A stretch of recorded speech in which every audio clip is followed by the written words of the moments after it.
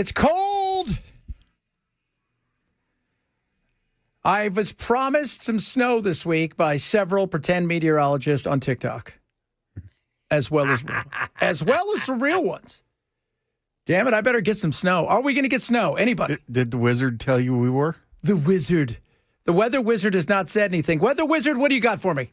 I have a 30% chance, boys. A 30% chance on Wednesday night. Oh, so excited. Now, is that going to be snow where you can build a snowman? Or maybe fall on your back and do one of the lovely snow angels? I don't know. Who knows? I'm hoping. But here's the question. If just one flake falls, isn't that still snowing? That is snow. You're right. You're correct. I mean, No, that's called a jip. we didn't specify the amount. Okay? You know, my buddy used to say this. I'd say, dude, how's it going, man?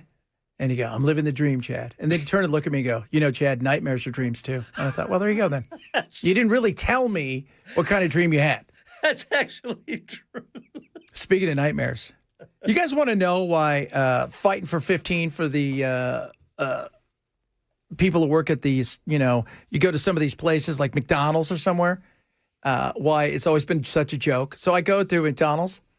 The kid who helped me, first of all, I don't know how stoned he was. I don't think he did either. The last place he wanted to be was at McDonald's. Yeah. And the last person he wanted to see was me or anybody else for that matter. Right. He just wanted it to get over. As fast as possible. And I'm thinking to myself, somebody came and interviewed either before or after you, and they're like, that's the one we're going to go with. So what were they like? I mean, he was, first of all, he was rude, and I was like, ugh. Right? I asked for ranch. He gave me like 4 things of sweet and sour, because whatever. Like, I don't care. Well, I do care, because I have a 7-year-old who wants the ranch. She wants ranch. Yeah, and I don't know if I'm going to bring her in here in a minute, and she's going to drop some uncomfortable truths on you. But it was. I thought to myself, my God, how did we? When was this? Saturday. So I got up, did some stuff, and I'm like, hey, I told my wife, I said I'm going to play pickleball. So I go over and play pickleball. I said on the way home I'll get lunch. So I pull over there on Harding to the McDonald's there. Great clientele, and it was just the lowest common denominator. The guy, first of all, you couldn't even see it. He was like a Ramon. You couldn't see his hair, his eyes. His hat was kind of on, and the hair was hanging down over his eyes. And I'm like, yeah, I'd like a whatever. My wife wanted something, and I go, do you have that? And he goes, that'll be $3.86. I'm like, not even close to being. Every time I tell him something, yeah, and I would like this, then he would give me the next price, and I'm what are you doing? He probably didn't know. He didn't even know where the hell he was. He'd probably just come off break where he smoked a big joint. Just a big, just fat, blunt out back. So then I'm like, okay, I need a couple more because I've asked for many. You've given me 1. I figure if I ask for many, I might get 2. I'd like a few more. I go, hey, can I get some more? And he goes, I'm like, I'm done. I'm actually having to work. What the hell is this? Bro, this sucks, man. All I want to do. Why didn't you go to Burger King?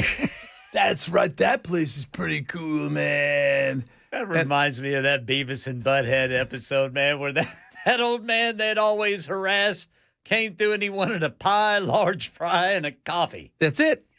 And Butthead just, oh man, this kid, I've never been like, I almost want to say, am I putting you out, bro? I mean, I know you don't want to be here. Trust us, none of us want to be here. Right. But we are. So we're going to make the best of it. My assumption is you get a paycheck, which is beyond me. But it's true. They give you one. And away we go. It's not hard to just try. It's just not. It's not that hard to make an effort. You know, they show those commercials, you know, with like, everybody's like, would you like a McDonald's? Hey, and they're all, none of that's true. You can't make somebody care, though. No, you can't make somebody care at all. Not about the McDonald's. You go to Europe, not like this. It's not. It's different. It might be different in London, you know. my little different accent, but still here I was just like that guy. Whoa, same thing. You go to In-N-Out, you're not getting that. So this dude was the drive-through operator? No, I walked in. Oh, you were in. Yeah, Okay. you got waited on by Spicoli. No, Spicoli would have been better because at least he'd have been, no way, I like those things too, bro. Oh my God, I love those. And he'd be barefoot. Yeah. Oh, this guy's never going to have anything other than a 1974 Duster and a skateboard between his 9 DUIs. Brother Chad doesn't like bad service. No. And I was like, you know what? But yeah, I mean, you're dealing with somebody who cannot even communicate. And that's that restaurant's front line. That's it. That's it. You know, I've worked in radio pretty much a lot of my life, and it's funny. Every radio place I've worked at has always said the first face needs to be so friendly that you see, right? Like a lot of the places I've worked, that person's got to be bubbly. They're going to be happy. They've got to have stuff going for them. Willing to pay more for a few of these places, pay more to do because we want those. That's like you said, the first line. What's going on, bro? It's like this. I'm telling you, I was about ready to go. Where's Scooby? Where the hell is he? What'd you do with him? They wouldn't even trust this guy with Scooby. There's no way. He wouldn't even get Scrappy Doo. Shaggy's passed out behind the counter. Oh, God. Oh, man. This is totally great, bro. I don't even think he could see. His hair was so down over his eyes. Yeah, there have been times where, we've been on the road and, we'll stop someplace at a fast food restaurant, get something, and then we check and the order's not right. And my wife wants to make a big stink about it, and I'm just, based on the people that we were dealing with, I'm just saying, you know what? Yeah. Just let it go. Yeah. This is as good as it's going to get. So we didn't get napkins. Yeah. All right.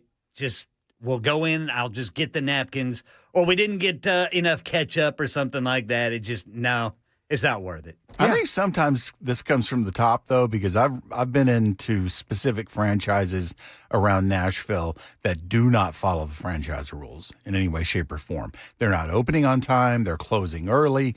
You just cannot get consistently good service at fast food restaurants anymore. Well, we know that from even here, for God's sake. So let's not even pretend. Like, how about that? At least once a month, I see some sort of thing on YouTube where dude showed up at 1 a.m.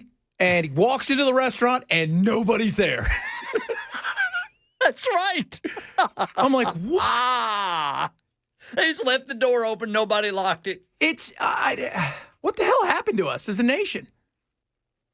How did we get here? And you know what's sad? This guy probably thinks he deserves stuff. Oh, yeah. Yeah. I deserve things. Chick-fil-A. I deserve free weed. Yeah, free weed for everybody, man. I got to make all the money I can before these guys here take them away. They don't pay me enough, dude. No. Even though they gave me the job and I agreed to the terms. And I suck at it, and I still get paid.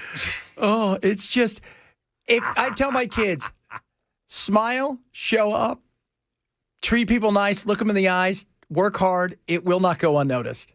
Yep. You will be fine in life. Degree or no degree. I mean, we joke about our Gen Zers that we have in here. AJ and Madison, they're awesome. They got smiles on their faces. Yep. They show up. They're good people. They're dependable. They'll go somewhere. It may be a little bit tougher, but still. Yeah. I just sit there and go, my goodness me, just how special needs do we have? We hired some people who didn't get the job. That's what we keep asking. I remember this guy that worked at the Burger King over where I live. You walk in and he always had a smile on his face. He was always very calculating in a good way about how he tried to upsell you. And I just thought there's no reason this guy should be working here. Should be working for a corporate company, making, at least high 5 figures because he's got the skills to do it, and he's wasting them in a Burger King. Wasting him. He won't be there long. Somebody will come in one day and go, hey, you know what, man? You don't want to be here. I feel sorry for the workers and I feel like I'm singling out fast food, but this is actually true throughout the service industry. There are workers who actually try to do a good job, but they are taking up so much slack for everybody else. Yes. And it's just it's almost a curse to actually try to do a good job. Yeah. because you end up doing everybody's job. Well, and you know, like somebody said Chick-fil-A, and you go to In-N-Out. You guys go to In-N-Out. You guys know, look at the lines, how fast things get through. I'll tell you this right now. We go over here to Cookout. They're fast. They're good people. They get us through quick. They rarely ever make a mistake. I'm standing in front of the dumbass on Saturday, spelling it out to me. I get home. I'm missing stuff. But at this point in time, I might as well have talked to a dog to try to figure out what I'm missing. He gave me something I never even ordered. Right. And somebody just texted in and said, you think that's bad? Try making an electrician out of those guys.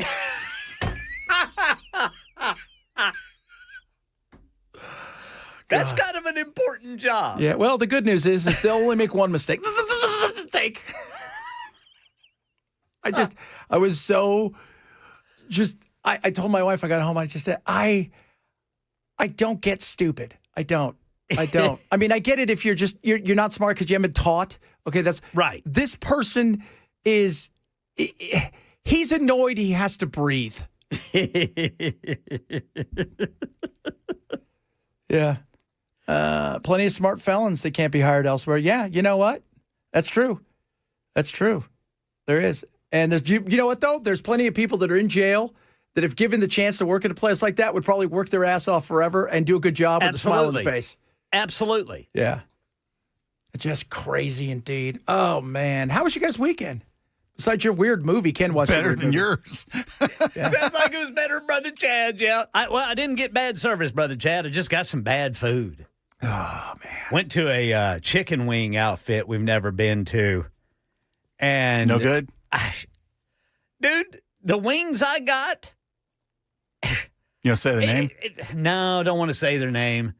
But it's like they put them in the microwave and brought them out to me. Number one, they were hard as a rock.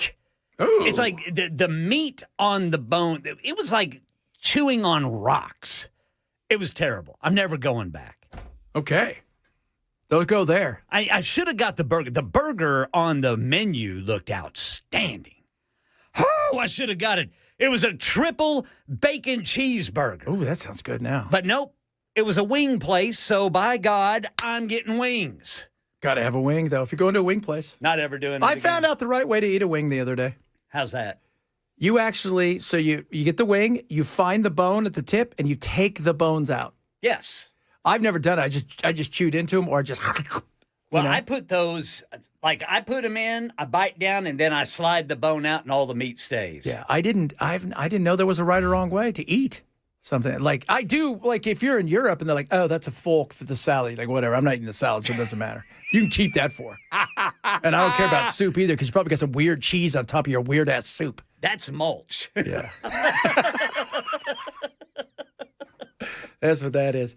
Oh, Lord. We should probably talk about some, maybe, I don't know. Apparently, this was Trump's shock face. What, pal? Oh, my God. Him too? This Department of Justice is rogue. How did that happen? Yeah, that's what it sounds like in his head. Oh, my God. Do I look shocked? A guy that you're so angry with and have repeatedly stated you want to fire just magically comes under investigation by the DOJ. That is so, like, you're not even pretending. You're not even pretending, and it's not even a good pretend.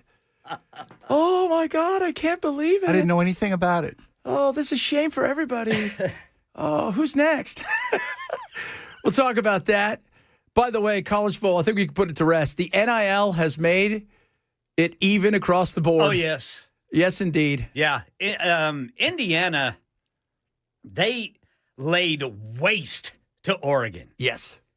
I think they actually let up on them or something that allowed Oregon to score 22 points somehow. That was ugly. That was an Good ugly. But the Miami Ole Miss, that's a great game. That was a good game. And then yesterday, this whole weekend, pro football was good really games. Good games, Just man. tons of good stuff to talk about today that aren't insane politics.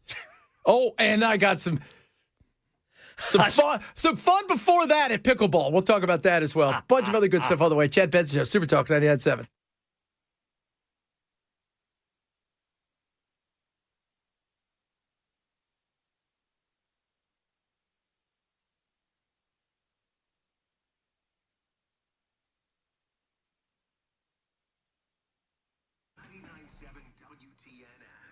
Bulwark Capital is going to have another live webinar for you guys, 5:30, the 29th this month.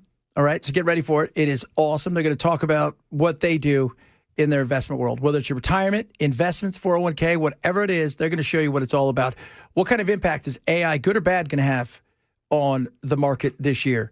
It's one of the big things we're going to talk about. They're going to talk about how they focus on risk management, how to incorporate value principles into managing retirement portfolios, and why they do so well. They're awesome. They're always looking for opportunities, lower risk, lower cost, lower volatility. So sign up for it. It's absolutely free. It is their free New Year Reset live webinar, the 29th. Schedule your free Know Your Risk portfolio review as well with our good friend Zach over there. And he's got amazing things like the Daily Dots recap and all the stuff that happens in the market that day.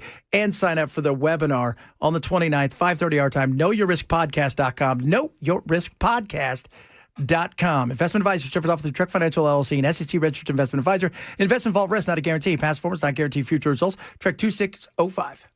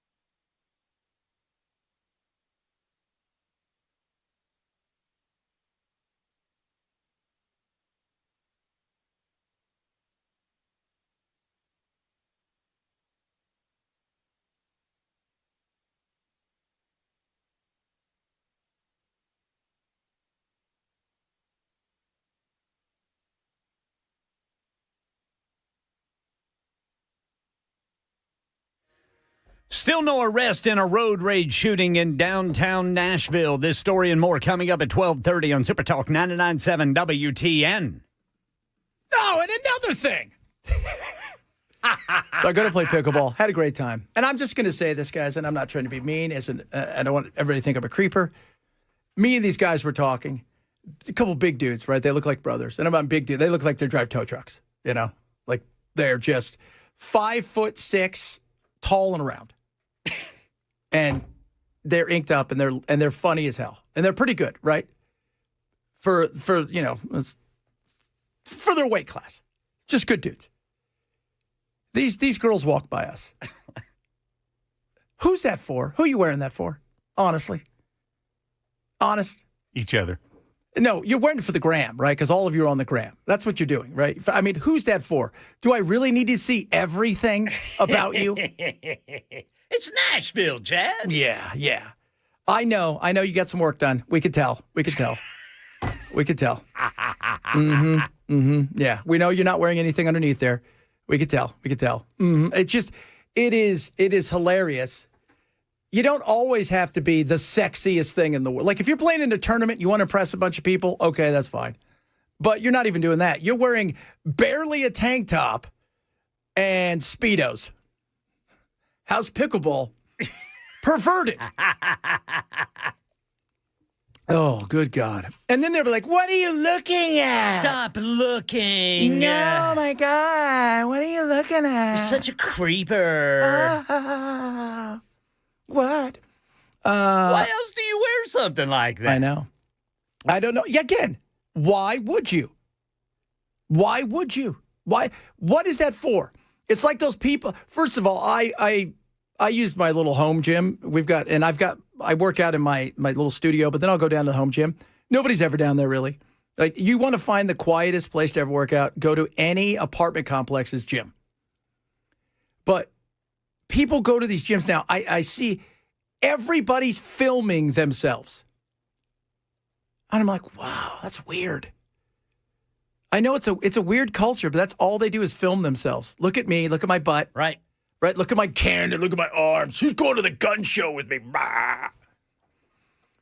It's fascinating. It's a fascinating world we live in. By the way, Sandra, she wrote in, and as our good friend Sandra does, she went to get some Mexican food, and lo and behold, they didn't have any hot sauce or any of the stuff. Now, I'm going to say this, too, because... What? Wait a minute. How the hell do you even call yourself a Mexican restaurant if you have no hot sauce? Yeah. So she says they couldn't find a single one. So she goes, probably because she asked them to put it in there, she assumed they had done it. And see, isn't this weird, too? Tell it's a psychological thing. I bet everybody agrees. Isn't it weird going somewhere and buying food from a restaurant or somewhere, and they normally have a hot sauce or some sort of special sauce? You get home, they don't have it, but you have another condiment from another place that has something similar, but it tastes weird because it's not supposed to be on their food. Like, that's not the hot sauce. Like, when I was in California, I had Del Taco and Taco Bell. Del Taco's amazing. Ooh, Del Taco's outstanding. It is so... That stuff's not supposed to be on Taco Bell. It's not. It tastes weird. It does. It tastes weird. Do they have spectators? Yes, Jason, they have spectators. Yes, come on by. You're fine, brother. I think that's taking it a little bit too far. Yeah, come on by. It's okay. You're not necessarily fine, but come on by. So Jason's talking about coming by and watching the pickleball. I'm just trying to get a feel for these. What are they, 21? That's good. Come on by, Jason. You'll have fun. And a lot of people come in and watch because they want to see what it's like. It was so busy, though. It was so crazy how busy it was. I was surprised. Man, people get serious about it. And some people show up. And you know what's weird, too? Those girls, all of them, they're all beautiful, and they're all crushing the ball because they all play tennis. Yeah. But now this is just a way for them to look great and, because they're not going to compete in real tennis anymore. Well, isn't pickleball just like wiffle tennis? Basically. Okay. It is wiffle tennis. That's it. There's a new tennis out called soft tennis, which is part badminton, part tennis racket, and it's the ball's softer, and you play it on a pickleball court. And that's kind of interesting. But no, because pickleball, it's just fun. And you know what? I've never gone there and not met 5 people that come up, say hi, start talking to you, and just, it's I remembered Andre Agassi the year before last, because he played in some pro tournaments. He said the difference between tennis is a solo sport in the sense that you build up your team, you're on your own, you don't have pals really. He goes, I can't go to a place tonight and play pickleball where I don't make 10 friends on a court in 5 minutes because everybody wants to talk to each other. So, and they've got, as Jason, she'll be nice to know, they got a bunch of little, co-eds out there running around half naked. Bunch of naked co-eds. You know who you are. A lot of good stuff. Let's talk Powell. Apparently, I don't know what he did. It was bad because he stole $1 billion, even though Congress has to approve it. But you know what? Luckily, this Department of Justice, who has been so good at these things, they got him in the crosshairs. So these guys going down forever. He's probably going to get a new term out of this. Chad Bench Show, Super Talk 99.7.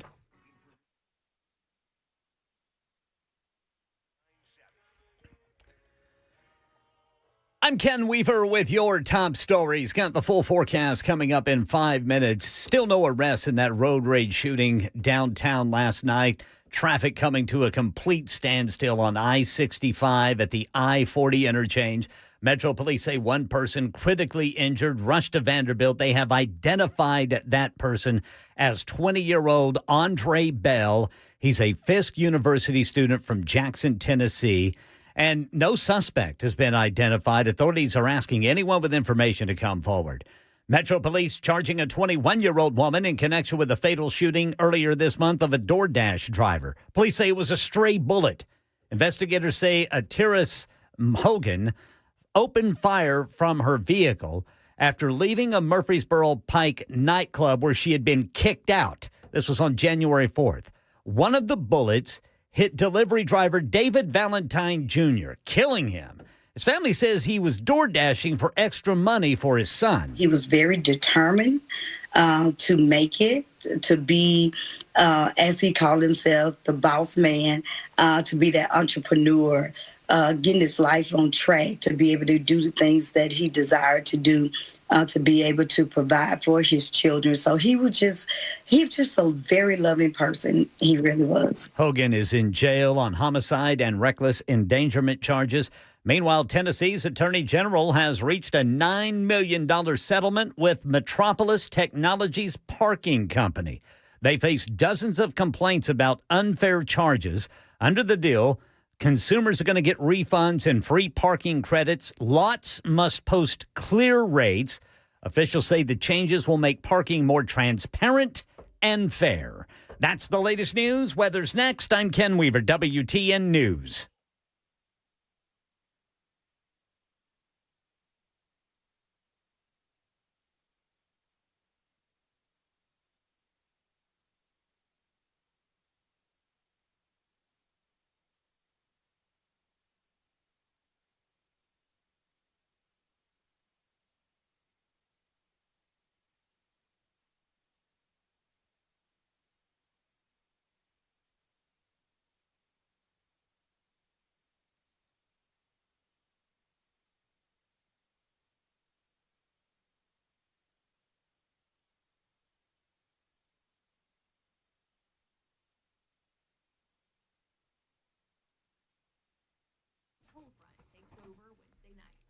All right, guys. Beacon Capital Management. Write this number down, 615-488-9303. Taxes, that time of the year, people start thinking about what's going on, and you've got opportunities now that you've never had before, and they can help you with that. Things like up to $10,000 in car loan interest, right, that you can deduct because of the one big, beautiful bill, very big. How about this? They got, if you don't itemize, a lot of people don't. They've got above-line charitable deductions that you can take, and this is great. Senior deduction. If you're over 65, you're eligible for additional $6,000. There's a phase out. A lot of these things, you have to know exactly what you're looking for.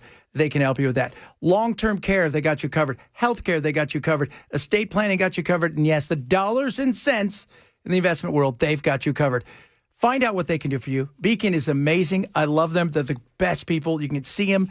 They're local. Call 615-488-9303, 615-488-9303. Check them out online at beaconcm.com. For Beacon Capital Management, this is a paid placement.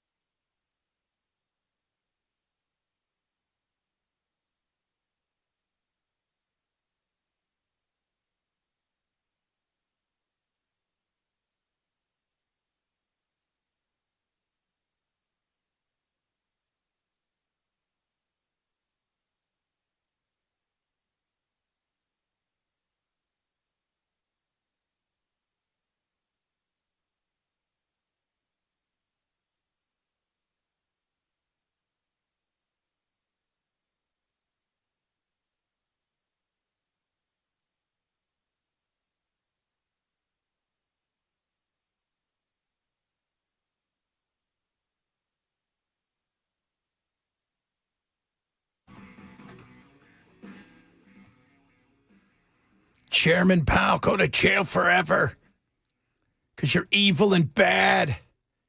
And you don't drop interest rates down to 0.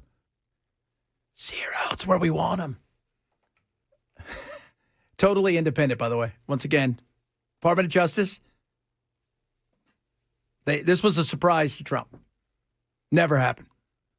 Ever. Anything like this before. Never. Hey, here's our Speaker of the House.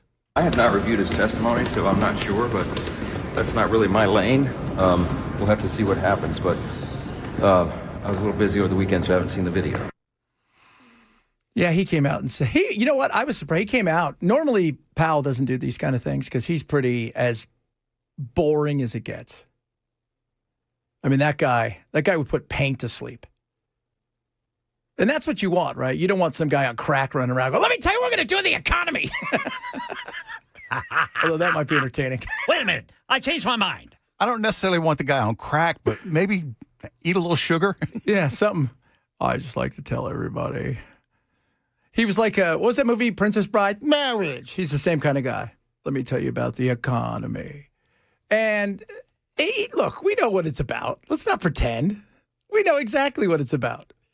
You didn't lower rates the way that Trump wanted to, and this is what you got. And this is the way this is going to break down. I don't know. So this whole, first of all, let's remember what this is about. This is about government spending. Okay? Government spending, they don't pay cost plus 10%. They don't even pay regular retail. They pay, what's normal retail? This? Okay, put 15 zeros behind it. There you go. There you go. How about that? Put that in there. Is it supposed to be $1 billion? Then we know it's going to be $3.5 billion. If it's supposed to be $2 billion, we know it's going to be $4.5 billion. That's what we know is going to happen. That's government. And the fact that government's calling government on waste, 8 audits in a row. The Department of Attack, Defense, War, the Pentagon has failed. 8. Do you know there is $1.9 trillion, that's a T, dollars not accounted for, gone. They don't know where it's at. Somebody does. Why are we bringing everybody up there going, hey, guys, we gave you a crap ton of cash. What'd you do with it? Anybody? I mean, it's a lot. A crap ton is a measurement that is huge. Does anybody know where it's at? 1.9 trillion. Because it's numbers. That's all it is. It's numbers. Look, Powell's going to be gone soon anyways. And we know he's going to put Kevin Hassett in there. So we can call Kevin and go, take the rates down to 0 just for the day. And that way everybody could buy a house. But then they can't because then all the houses are going to be worth so much that nobody can afford to buy them. So it's that balancing act. And it's a bizarre balancing act. Let's be real. The Fed, come on. They're mostly wrong on a lot of things because they're trying to softly manipulate some things and hold certain things and not to grow too fast and maybe to grow a little bit faster. Well, that's the thing about the economy. You can do 2 things with it. You can interfere in it, or you can let it do what it's going to do. Yes. Yeah. See, Obama had the opportunity to take the governor off. I'll use that one because everybody out there in NASCAR. Take the governor off, and it could have took off, and he did. Trump took the governor off, and it took off. Trump should have lowered rates, had them start lowering rates in his first term, so we didn't get the chaos. And then once COVID came in, and then we all decided we're going to print as much money as needed and hand it out to everybody. Whoa, that went well. And then Biden came in and goes, oh, sure, ice cream. And then they quadrupled that disaster. But this was not, you're going to have to look at what? Because he has to go in. He doesn't just arbitrarily go, you know what, I think I'm going to just redo this place. He doesn't get to do that. He's got to go get the money from somebody. Not a ballroom. Yeah, it's not a ballroom. That's already, by the way, all the donors are paying for the Trump ballroom that was supposed to be, $250 million? Now it's up to $450. I guarantee when it's done, it'll be close to $800 million. especially with all that gold. That's real gold, isn't it? It's a real gold. Oh, it's gold leaf. No, he go real gold. This is going to be so much. What do you think the next person comes in and does to it? That's a question right there. Hey, here's the thing. With the ballroom was needed, maybe the way it's gone about and the fact that he wants it the same, and he wants it the same height as the White House, I almost guarantee you he's going to ask for just an inch more. How high is it? 47 feet. Make it 47 and a quarter for us. And then get me on Mount Rushmore. But the Powell thing, I don't know how far this goes. I don't. Crap ton, yeah. Is crap ton larger than a butt ton? It is. It's close, right? That's the difference, It's the metric system. Crap ton, man, I tell you what. So, was the missing trillion brought up? The missing trillion's been brought up in Bush's administration. There's that famous story, the day before 9/11. They had like this press conference and like, hey, so we're missing like $1 trillion. And then the next day at 9/11, it's like everybody forgot about that. But it's grown since then. Yeah, we got bigger fish to fry now. That'll just have to go on the back burner. Yeah. So, but yeah, one of the things, for all the disdain that I know a lot of you have outside of Bell for AOC, she tore apart a guy a year or two ago that was from one of these airplane company. I want to say it was Boeing or somebody else. And she goes, sir, what is that? And he's like, well, that's a such and such nut. She goes, you charged us $4,800 for this. Do you really think this is worth $4,800? And it was like a screw. Because they can. Because government teat is wide open for any of these people. And you know what they do? They give to campaigns. Well, you got to remember, though, it goes back to Independence Day, man. You don't think they're really paying $4,800 just for the nut. Some of that's going to the Black Ops programs. Well, yeah, that's going to DARPA. But still, money is gone all the time. We treat it like Pablo Escobar treated it. He'd buy $3,000 a month in bands to wrap his money in, and he knew he'd lose $1 million or $2 million a week to the elements, to thieves, to rats eating it, and it was just I read somewhere that he was losing money to mold that was eating the money. Mm-hmm, mm-hmm. Because there was so much cash. He wasn't big on banks. He didn't believe in them. And if you chop everybody's heads off around here, people will think twice. It's also the other side of it. And if you blow up a plane. So that's what he did. Until eventually we had enough. But no, I don't think he's not going to jail. And I would love to see the rates come down a little bit, but you run this weird thing. You drop rates too high, economy gets too hot, inflation goes up, people get frustrated. So you can't drop the rates too quick. When the economy goes up, and you're like, oh my God, what's going on with the inflation? It's this weird thing. And this is the problem, as Bell said, when you start playing around in the economy. If you just let it be, which they don't do. No. And by the way, go look at Reagan. So the guy that Reagan brought on, go look what he did to interest rates. Because he shocked the market. He put interest rates up for like a few days, up to 20%. He'd shoot it straight up in the air, and then he was trying to do anything to jolt the market in some way, shape, or form. We don't do that anymore. It's stability. That's what we want, stability. But we want the good opportunity to have inflation not explode again. And we see if we gave everybody $2,000 today, where do you think that money's going? Savings. To McDonald's, bro. It's not going to. I'd throw mine at the national debt. Yeah. No, that's going to be spent. And then all of a sudden stuff's going to get more expensive. And they'll be like, what happened? Because people are putting it in savings. Oh, yeah. It's just, I shouldn't be shocked anymore by anything Trump does. At all. You shouldn't be shocked one bit. What do you want? $1.7 trillion now for the Pentagon? Where's the 1.9? Take it out of that.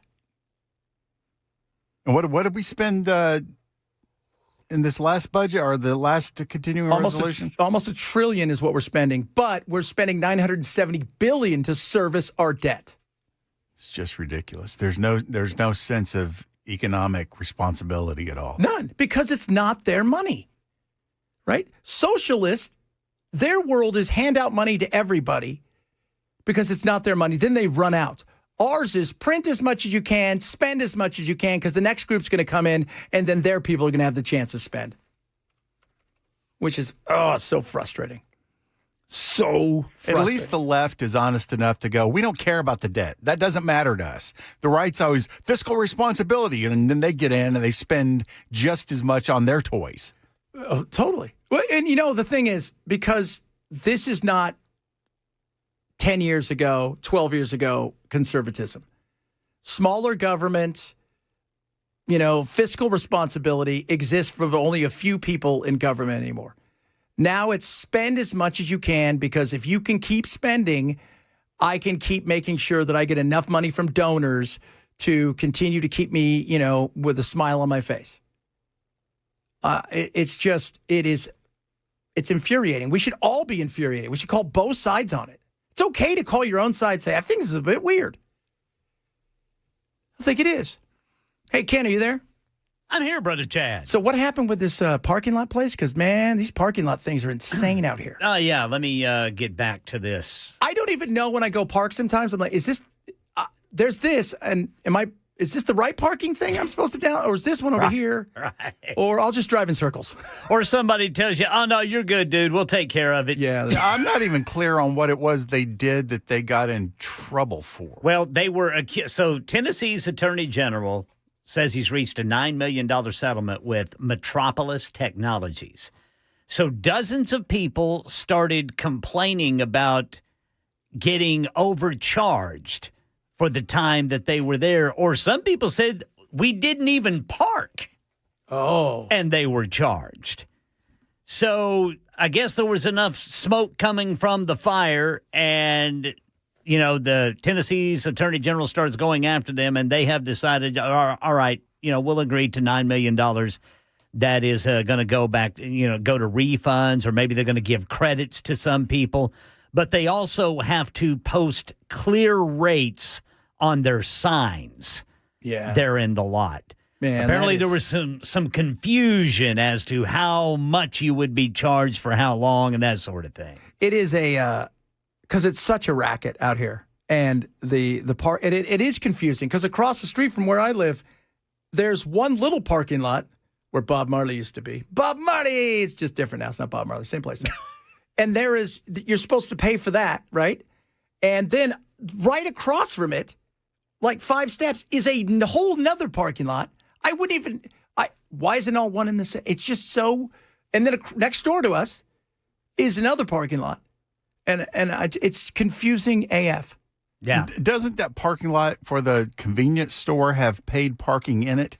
Yeah, if you're going to stay longer than like 30 seconds or whatever, yeah. So if you park right in the front, yes. But if you park on the outside of it, yeah. Then you have to pay for that. Then you have to pay for the parking. Which is confusing, because it's like, is this free? Does this belong to the establishment or not?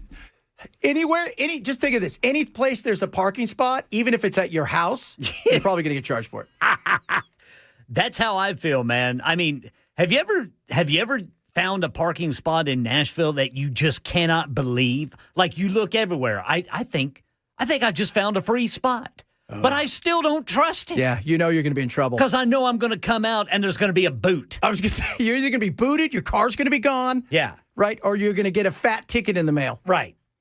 Because they're teasing you. When that happens, man, I mean, you're just, this isn't real. No. This can't be real. It's so confusing. And then when I first moved out here, we were really confused. But then there was also these people that were putting their other QR codes over ones. Yes. And then they were stealing money. Yes. Those QR codes, man, you got to be careful with that out here. Yeah, I thought, man, that's a good idea. Because you're right, dude. I mean, they can just slap one over it, and, you're not paying attention. You're getting ready to go have a good time. You just put your phone up there and boop. And if it's done well enough, if they're not sloppy about it, right, even the people that own the lot would look at it and go, well, yeah, everything's fine.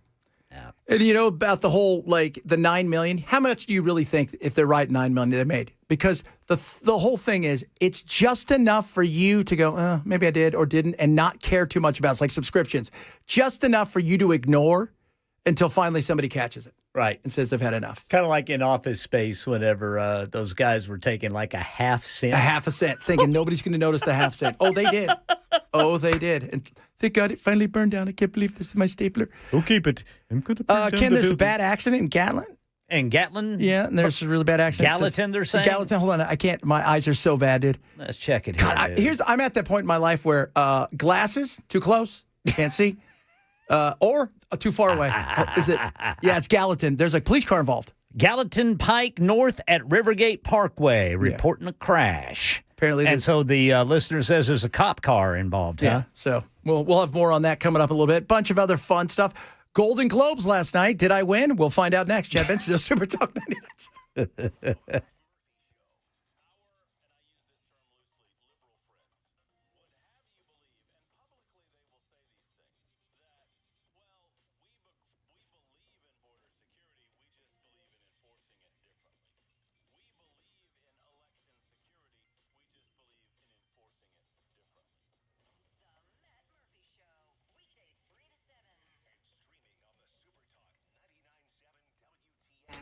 Relief Factor is awesome.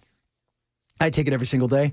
This weekend, I worked out hard for first time in a long time that I've been able to get out there and have some time. And I'll tell you what, I expected to be really, really bad. No. Why? Because I took Relief Factor. First thing I did, take Relief Factor. What is it? It's amazing. Got omega-3 fatty acid, resveratrol, all this incredible stuff that is amazing. And it focuses on your joints, but the things that cause inflammation and your muscles. And I will tell you what, man, I worked out hard all weekend long. It was incredible. I'm running up and down, doing stairs and stuff as I'm trying to get fitter. And I will tell you this, because of Relief Factor, my knees don't hurt. It is amazing. That's what I want you to do. Try some Relief Factor. Okay, it is a 3-week quick start, $19.95. That's less than a cup of coffee. You watch, in the first week or two, you're going to feel a difference like you could not believe. It is incredible. Go to relieffactor.com, relieffactor.com. Call 1-800-4-RELIEF, 1-800, the number 4-RELIEF for Relief Factor. Tell them Chad sent you.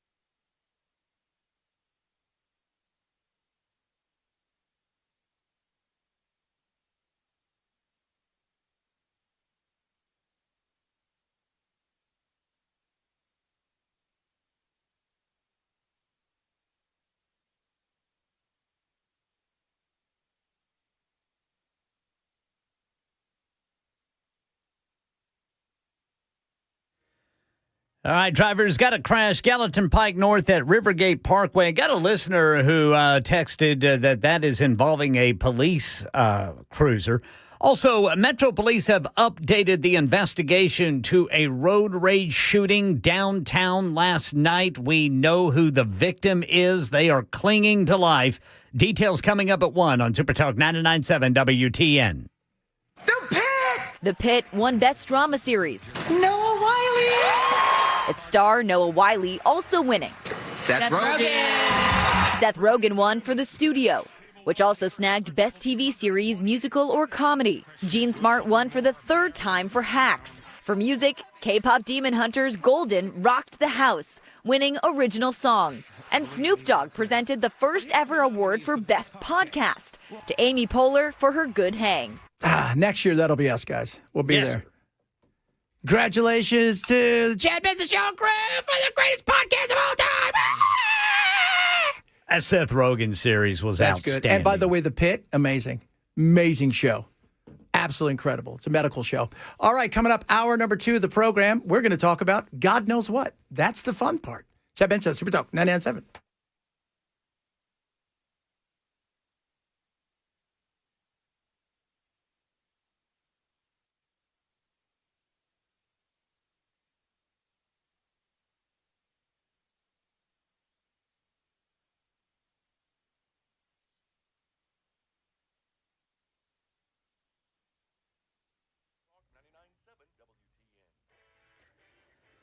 One o'clock on the dot. I'm Ken Weaver with your top stories. Got the full forecast coming up in 5 minutes. Right now, Metro Police investigating a road rage shooting. It happened on 65 near the I-40 interchange downtown, critically injuring a Fisk University student last night. 20-year-old Andre Bell hit in the head while driving his white Nissan Sentra with 2 friends after leaving a gymnastics event.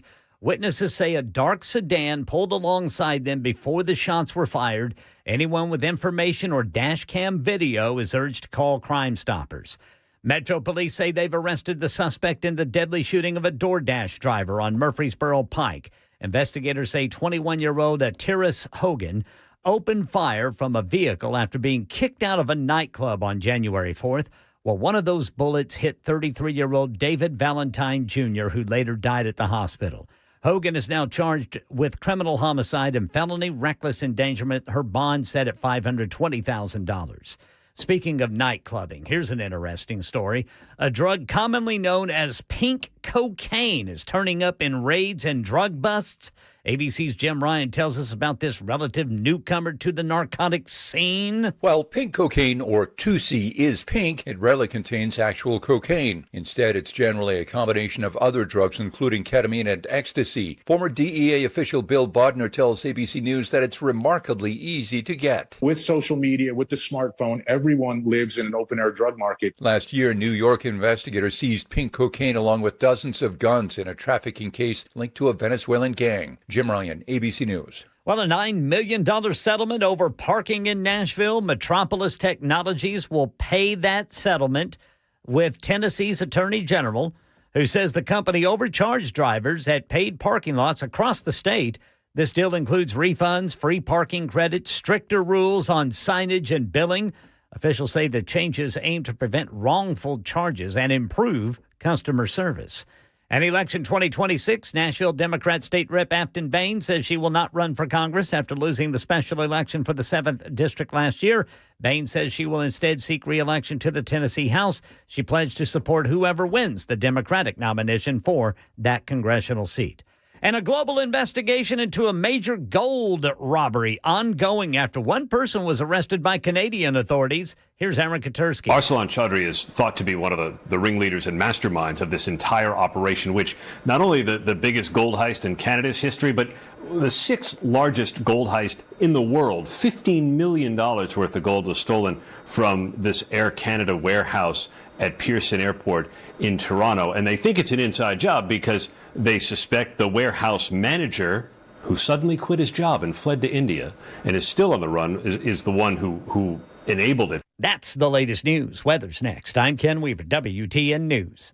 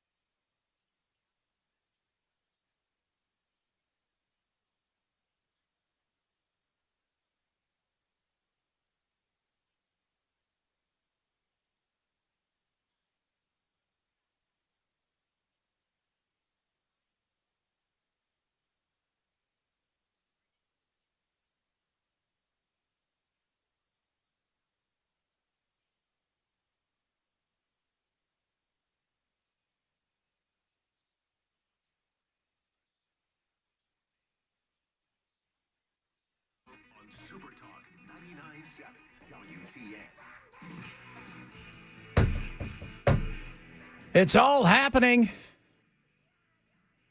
Iran. Man, that's chaos over there. And you know how it started? 3-hour tour. That was it. It's 3-hour tour. Next thing you know. No, the currency. Currency collapsed. Places are all closed. The young are pissed and angry. And it devolved from, we're sick and tired of this. We can't afford anything. We can't do anything. When you take away everything from everybody, your time is limited. See, people say, well, what about North Korea? North Korea never had that. They never had any of that stuff.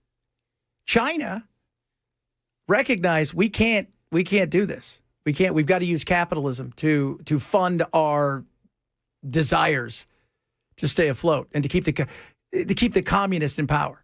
They recognize that. Iran, your economy's destroyed. Nobody has any hope for a future who's under the age of 70. You're out of water. And then you've crushed their souls when it comes to your overregulation of, morality. Apparently they didn't go to my pickleball game. So if you give people something, they'll hang on for a little longer, right? But the minute, if tomorrow China said, that's it, everybody, we're controlling everything. We're taking everything over, and you guys can't have any of it. There's no more economic freedom. Well, now you've taken it all away, and watch what happens. Watch what happens. Plus, they shut off the internet, so there's got to be a ton of young kids over there going through withdrawals. Absolutely. And you can't do that. We know you can't do that. China applauds the move. I bet they do. China knows. China's watching what happens. See, a few years ago, Xi was in trouble because their unemployment for the youth was up high. So you know what he did? To go to school and university in anywhere, if you're Chinese, is a big honor. He just told everybody, free college. There you go. Everybody's in. And just so everybody knows, there is actually, the government in our country has voted themselves the exact same kind of kill switch that the Iranians just used. Yes, and theirs is better. Theirs is better because the difference is they don't have the opportunity to take down Starlink. There had to be a call. Supposedly they're jamming it. Yeah, they're not jamming it. Our stuff works. I mean, that's a wake-up call to China the other day.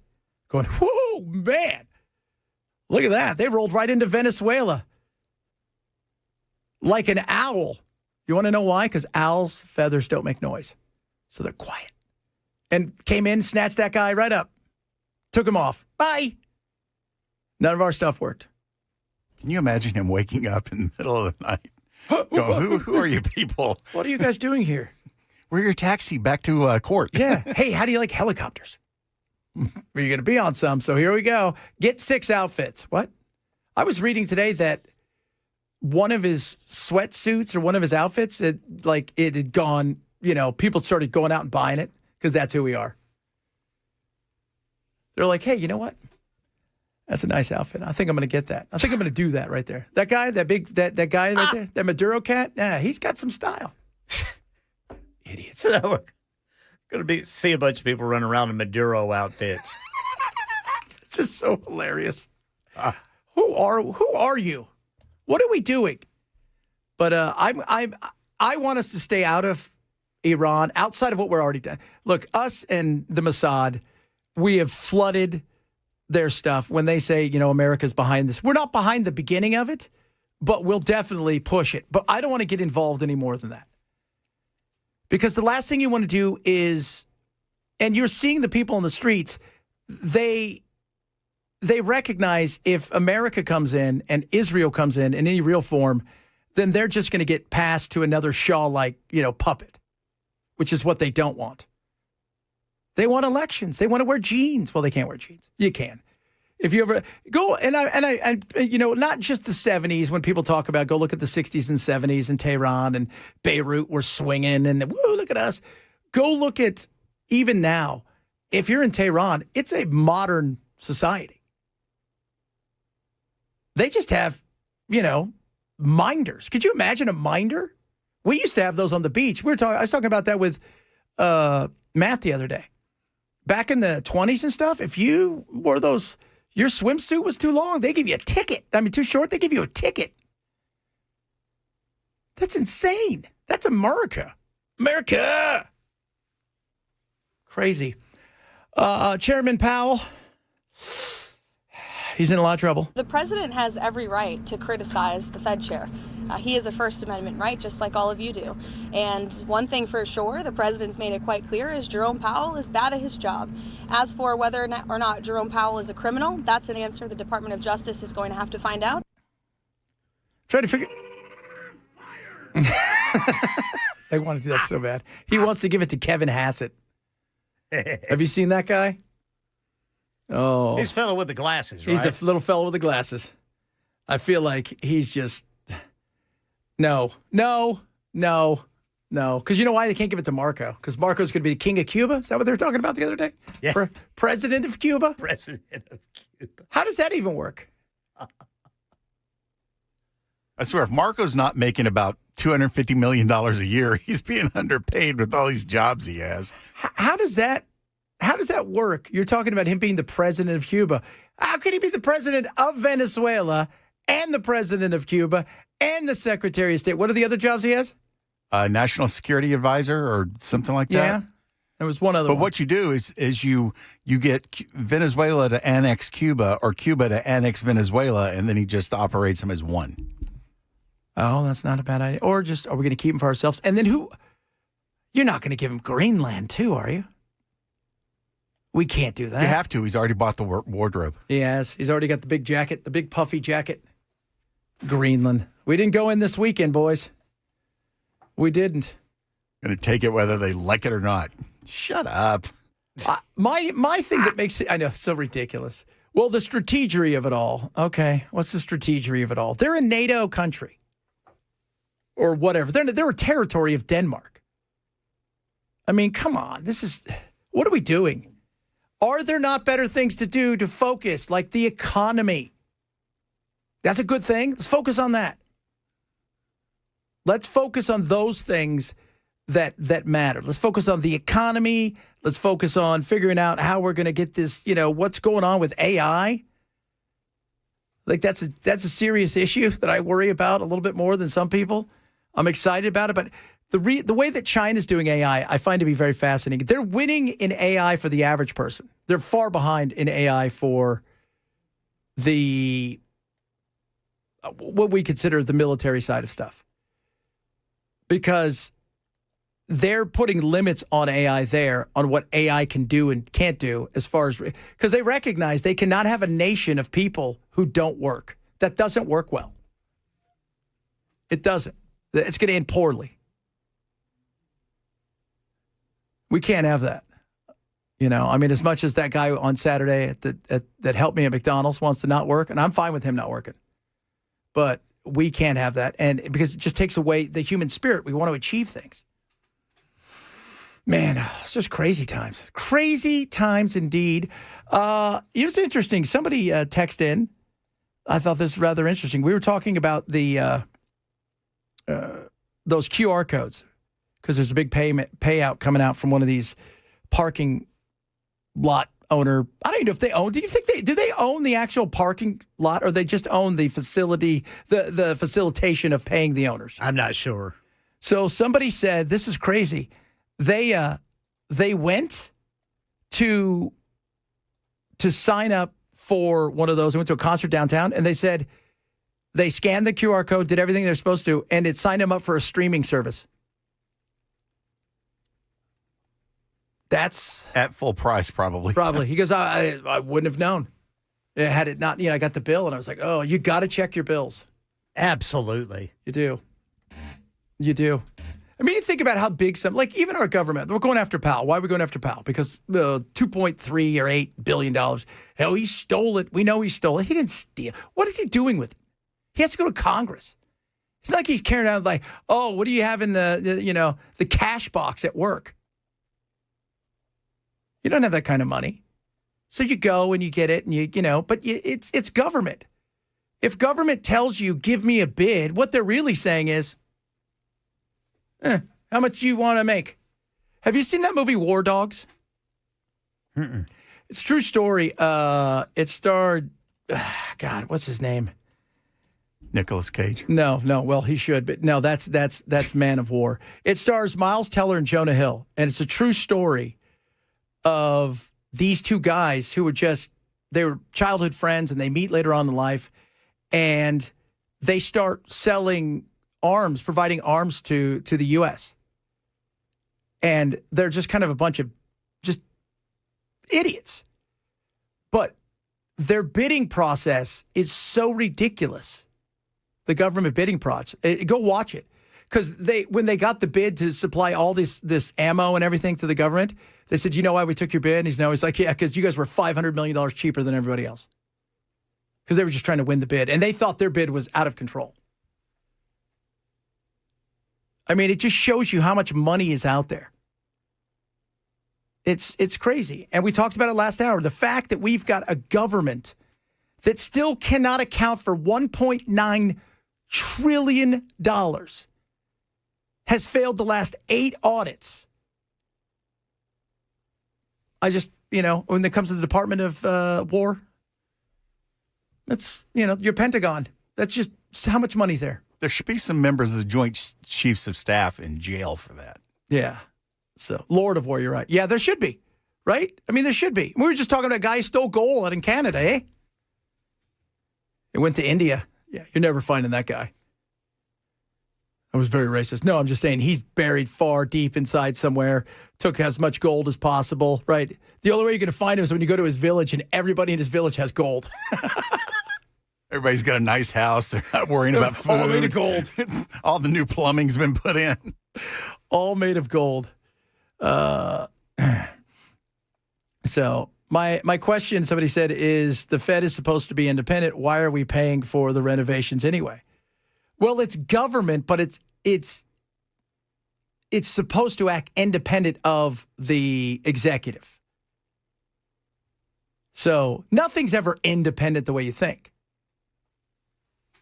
And if they had to charge, wonder what they would charge. What do you think Powell's making? $500,000 a year? He's like, is this really worth it? Now he's going to stick around for as long as he can. No, he wouldn't be making $500,000 because Fauci was highest paid at four something. Oh, God. So he's probably $250, $300.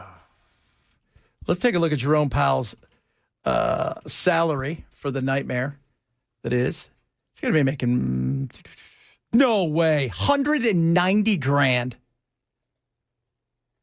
Well, no wonder he's skimming off the top. Who can live on that? Yeah, no doubt. No doubt. You know what you need to do, Jerome? You need to get yourself some of them meme coins. 109, that's it? $190,000?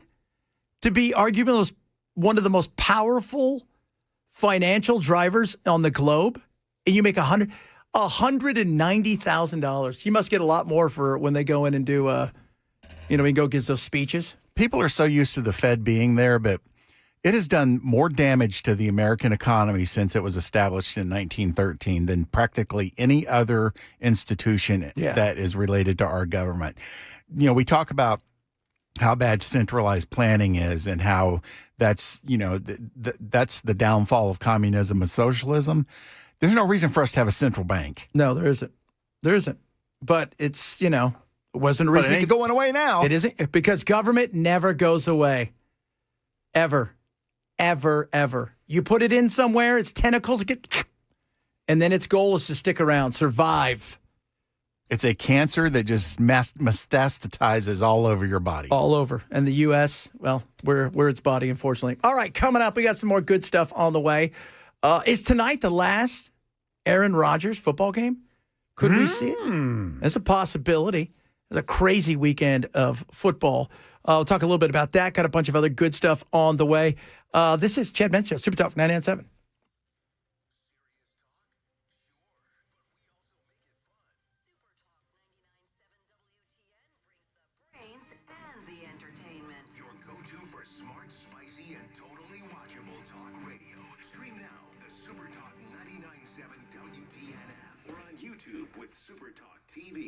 Oh, Prize Picks. Could this be the night for Aaron Rodgers? Maybe, maybe not. But you can play with Prize Picks. What is Prize Picks? America's #1 fantasy sports app. And now is your chance to win. Huge. Up to 2,000 times your money. So you're picking players based on projected stats. You are not picking teams. So, for instance, tonight, they've got some good opportunities for you in the football games. How about this? Aaron Rodgers. Will he or won't he pass for more than 149.5 yards? C.J. Stroud. Will he or won't he pass for more than a half a TD? You decide more or less. You pick, and you go from there. It is that simple. You can get your money easy and early if you want. They've got injury reboots. They've got stacks. And yes, even before the game's out, you can get your money. It is that cool with Prize Picks. So what are you waiting for? Download the Prize Picks app now and do what? Use my code Chad, because on top of all that, I'm going to give you your first win, $50 in picks immediately into your account. So $50 in lineup picks immediately into your account when you use my code Chad. Download the Prize Picks app. Use code Chad now to get $50 in picks immediately into your app. Prize Picks. Good to be right. Must be 21 in Tennessee. Gambling problem. Call 1-800-889-9789.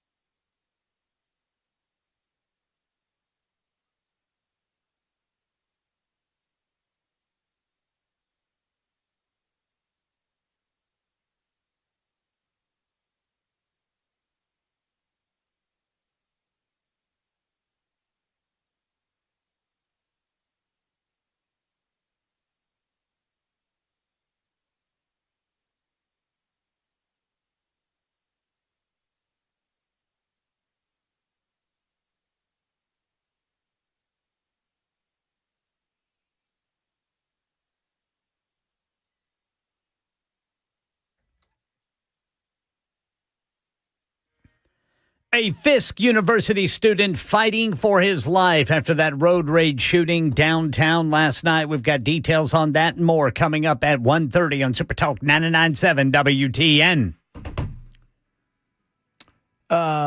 Dave texted, Jefferson and Madison railed against the evils of a central bank. And then my favorite, and go Steelers. This weekend, if you've not seen anything online, there's two things you need to see online. First, go watch all the Packer fans for the first three quarters online talking the biggest smack you've ever heard about the Bears. Then go to their stuff the next day to see how sad they are, or better yet, watching so many people break their TVs in their homes. Fantastic. Thank you. Thank you. I appreciate that. This might be his last game tonight. So he had an okay year, but, is he 43? Does he really need to do this anymore? You got a wife now. You probably want to have a kid. You want to go have all the ayahuasca you've ever had? Because he seems like that. Oh, and the other thing to see on the internet, I don't know if you guys have seen this. I think I sent it to you guys.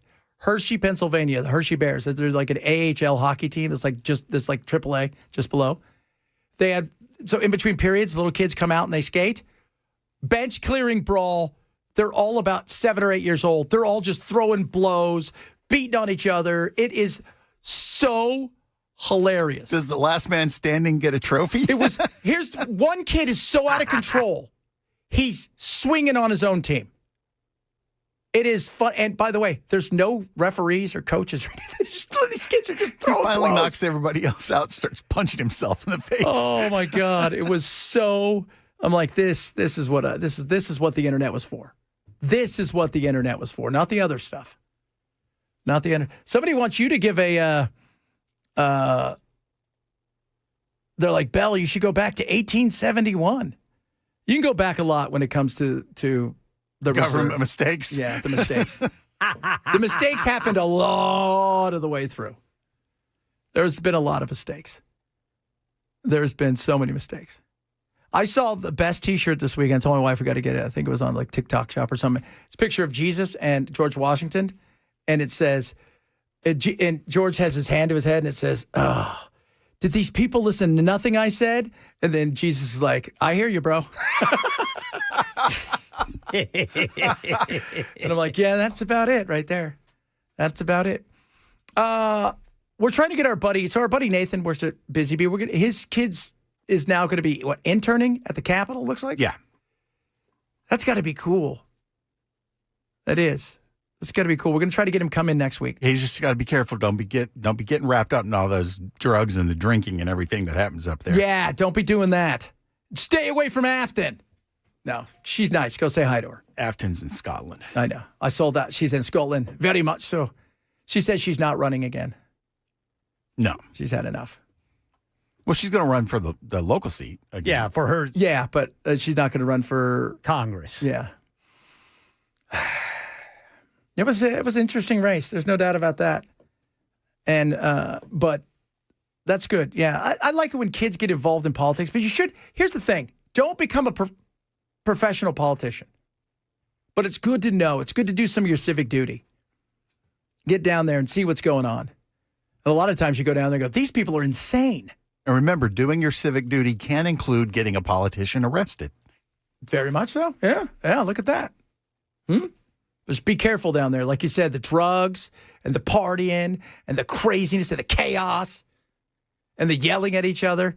I wonder, because if you know any of these people, you also know that some of them are so full of crap. Don't stab yourself on Leader Lambert Thayer. Do not do that. Do not do that. I'm excited to see what this session looks like. Are we going to get any chaos out of it, you think? Of course. Yeah. If Justin Jones, Justin Pearson, and what was her name? Gloria. Oh, I know who you're talking about.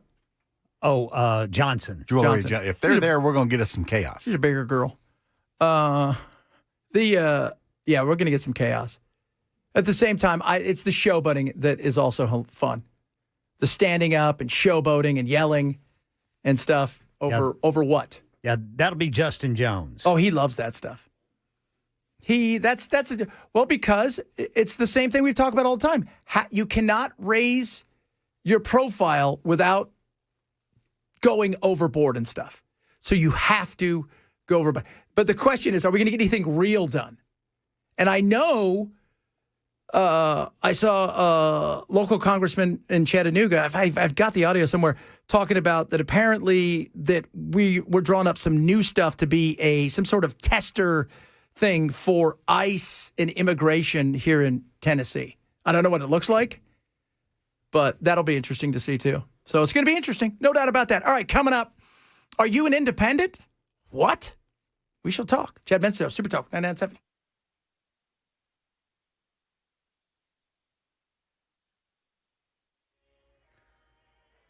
1:30 on the dot. I'm Ken Weaver with your top stories. Got a Fisk University student fighting for his life after being shot on I-65 near the 40 interchange downtown last night. Police say 20-year-old Andre Bale was driving with friends when gunfire came from a dark sedan that had pulled alongside in the next lane. Bale's car spun into traffic, hit a pickup truck before stopping. Crime Stoppers offering a reward for tips. You can call them, or you can email them, or you can even text them and remain anonymous. A woman accused in the fatal shooting of a delivery driver in Nashville is in custody. Police say 21-year-old Atiris Hogan fired several shots from her car after leaving a nightclub on Murfreesboro Pike. She'd been kicked out of that club, actually. One of those bullets hit 33-year-old David Valentine Jr. as he was driving by. Hogan faces homicide and reckless endangerment charges due in court tomorrow. A major parking operator has agreed to a $9 million settlement with Tennessee's Attorney General. Metropolis Technologies accused of misleading drivers and charging for short or non-existent stays. The agreement provides cash refunds and free parking credits for consumers. And Federal Reserve Chair Jerome Powell says he's under criminal investigation by the Justice Department. The probe centers on his testimony to Congress about a $2.5 billion renovation of the Fed's headquarters.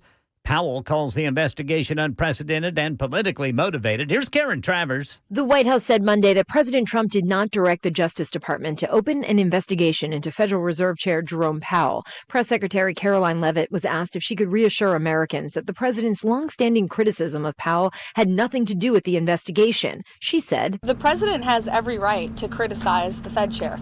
He has a First Amendment right, just like all of you do. And one thing for sure, the president's made it quite clear, is Jerome Powell is bad at his job." Karen Travers, ABC News, the White House. That's the latest news. Weather's next. I'm Ken Weaver, WTN News.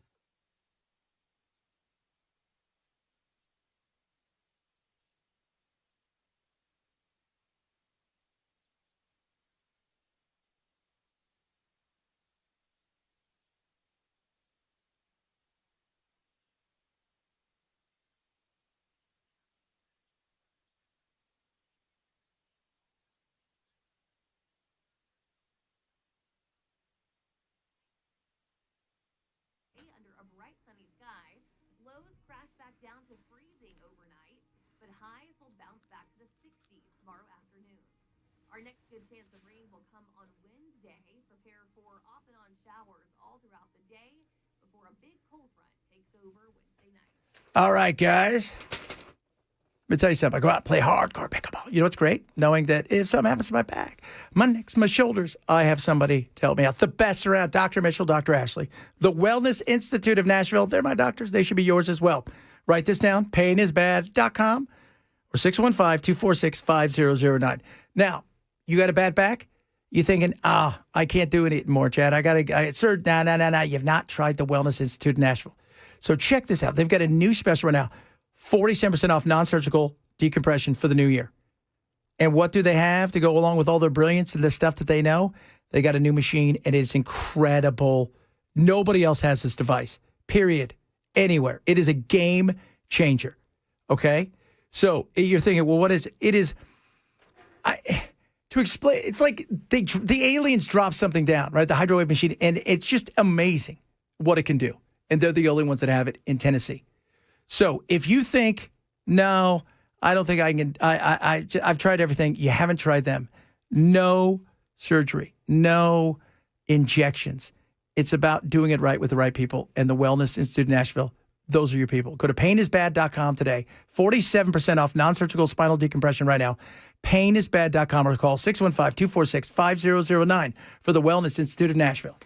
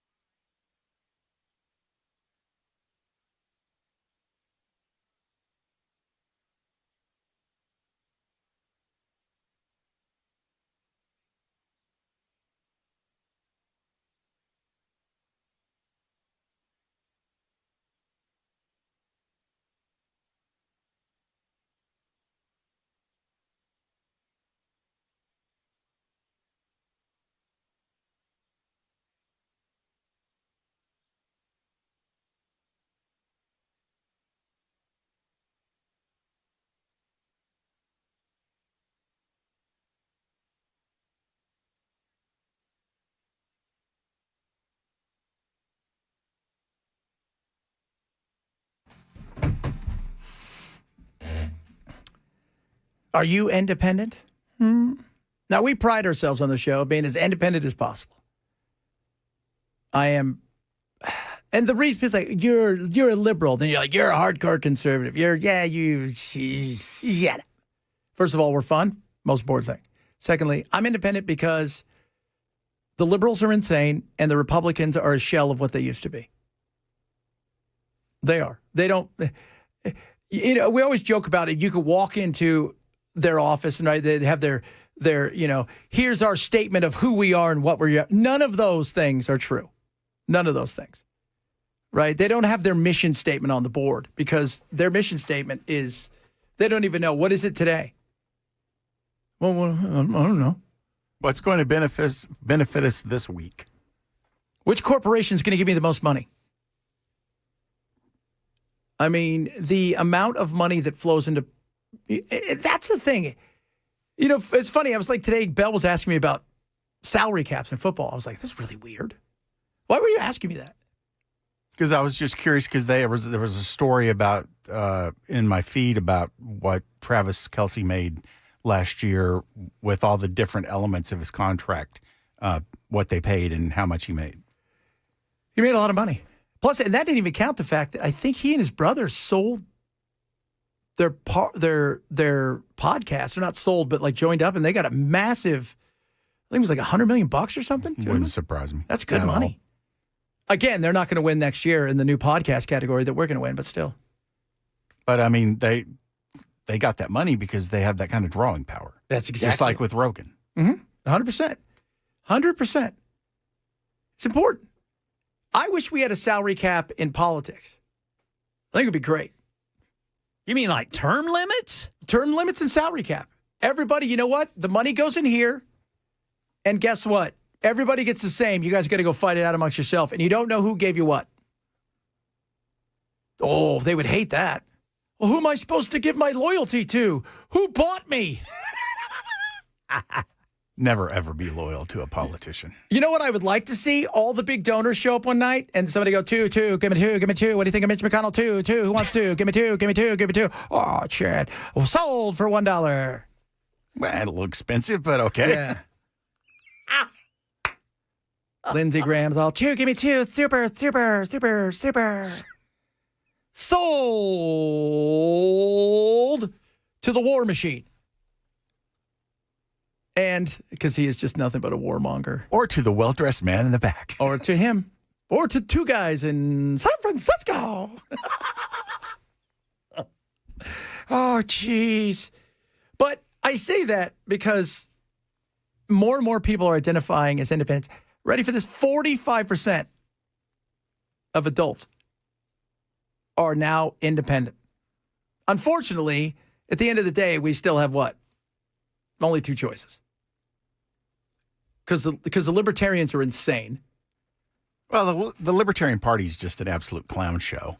And in their defense, though, both the Republicans and the Democrats have gone out of their way to legally make it difficult for a third party to get any traction. Yeah, because they don't want anybody honing in on their stuff. Yeah, you can't take our money. That donor money's for us. It's Coke and Pepsi, baby. They only want Coke and Pepsi. No RC Cola here. No, the RC. Yeah, RC was. Get rid of that. They go out and buy. No Tab. What? Tab? No Tab.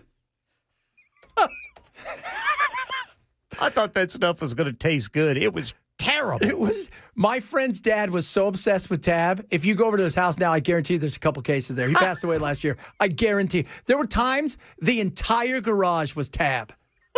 I remember when those ads for that first started coming out in the 70s. The chick running down the beach. And my mother had one at one time, and I was like, oh, I want to taste this because it was just everywhere. And I took a drink of it and literally wanted to vomit. It tasted so bad. There was a lot of saccharin in it. Yeah. Ugh. A lot of saccharin. And I'm thinking to myself, how dare you put a woman on the television acting like she likes this? Yeah, no doubt. How about that? That was crazy. But let's do that. See, that's what they do. They want, this is business. If you guys don't think it's business, Mark Singer, you guys know who he is? Muckety muck, lot of money. Guess what he bought and was finalized in, October of last year?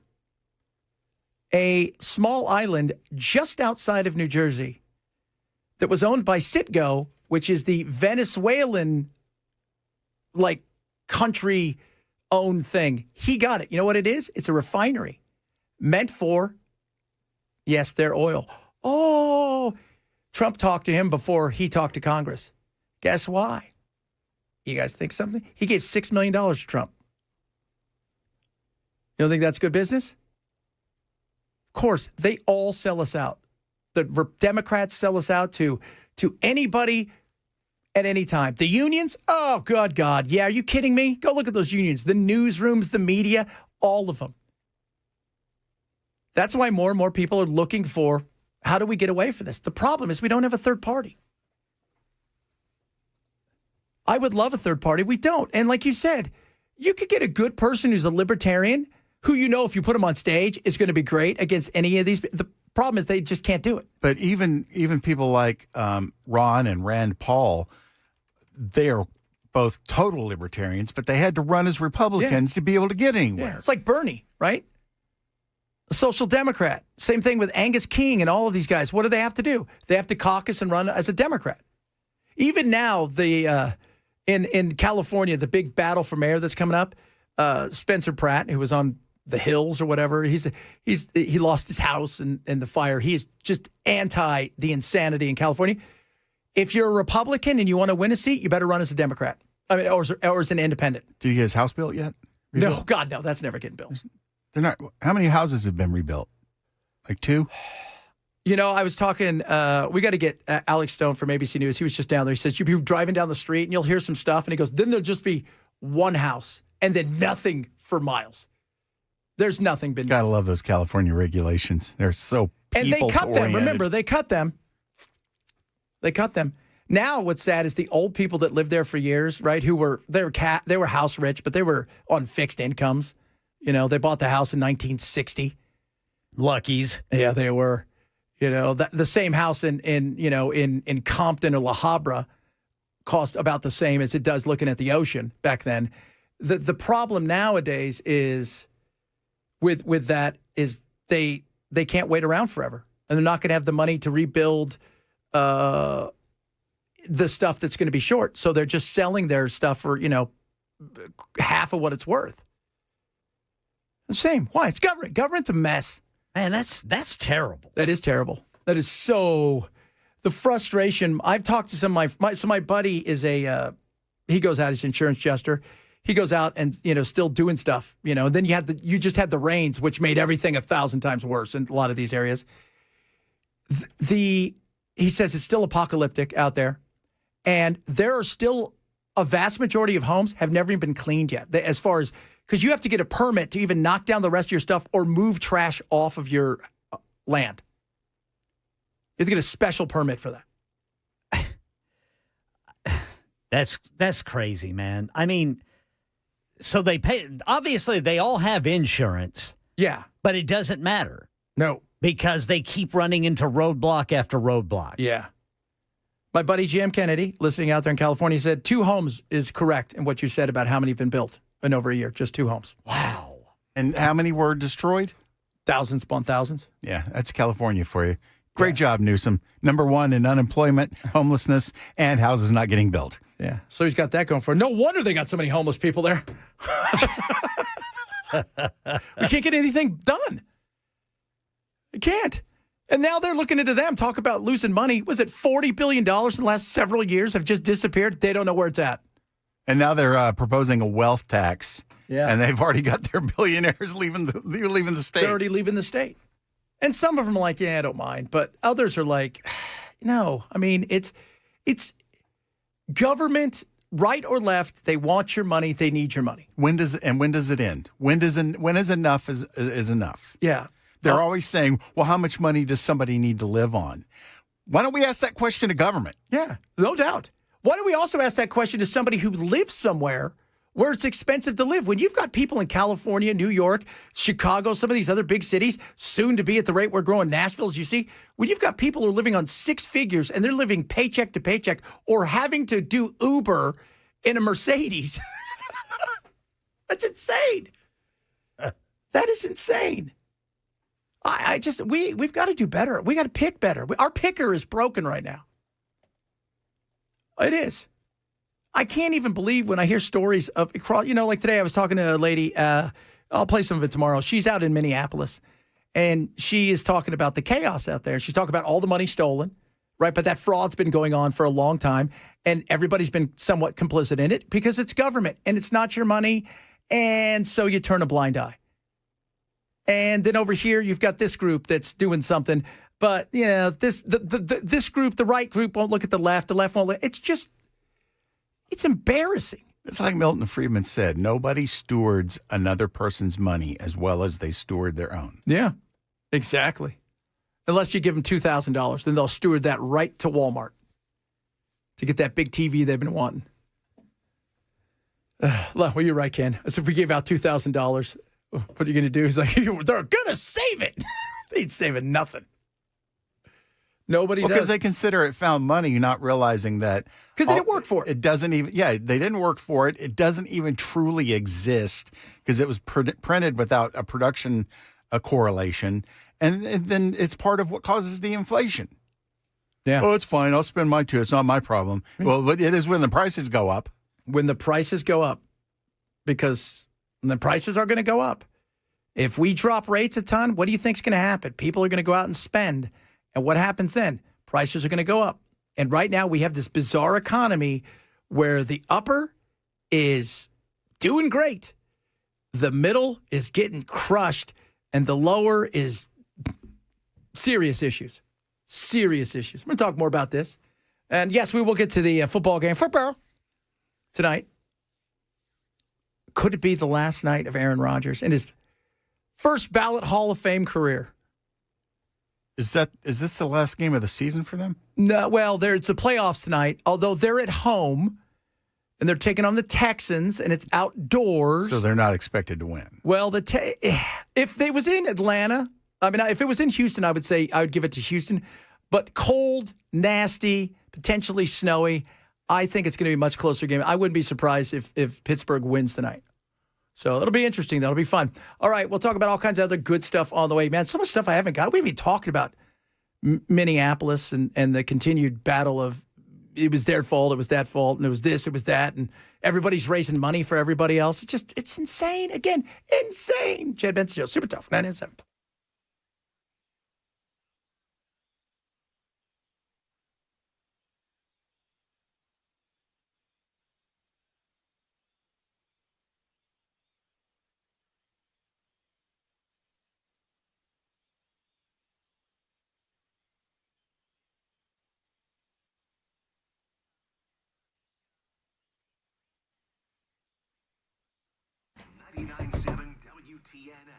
Relief Factor.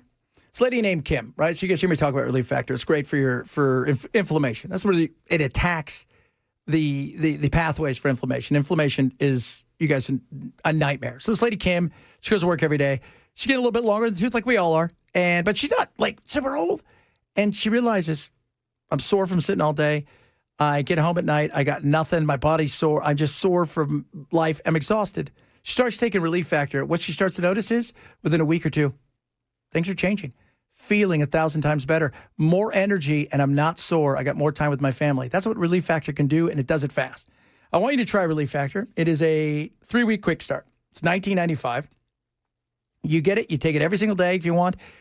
This stuff is amazing. My wife uses it and swears by it. I absolutely swear by it. It is incredible. So if you've got issues, especially with joints, but your muscles being sore all the time and just feeling bleh, try Relief Factor. Watch what it does for you. Call 1-800-4RELIEF, 1-800-4RELIEF. That's the number 4RELIEF. Or go to relieffactor.com, relieffactor.com for the best around. Relief Factor.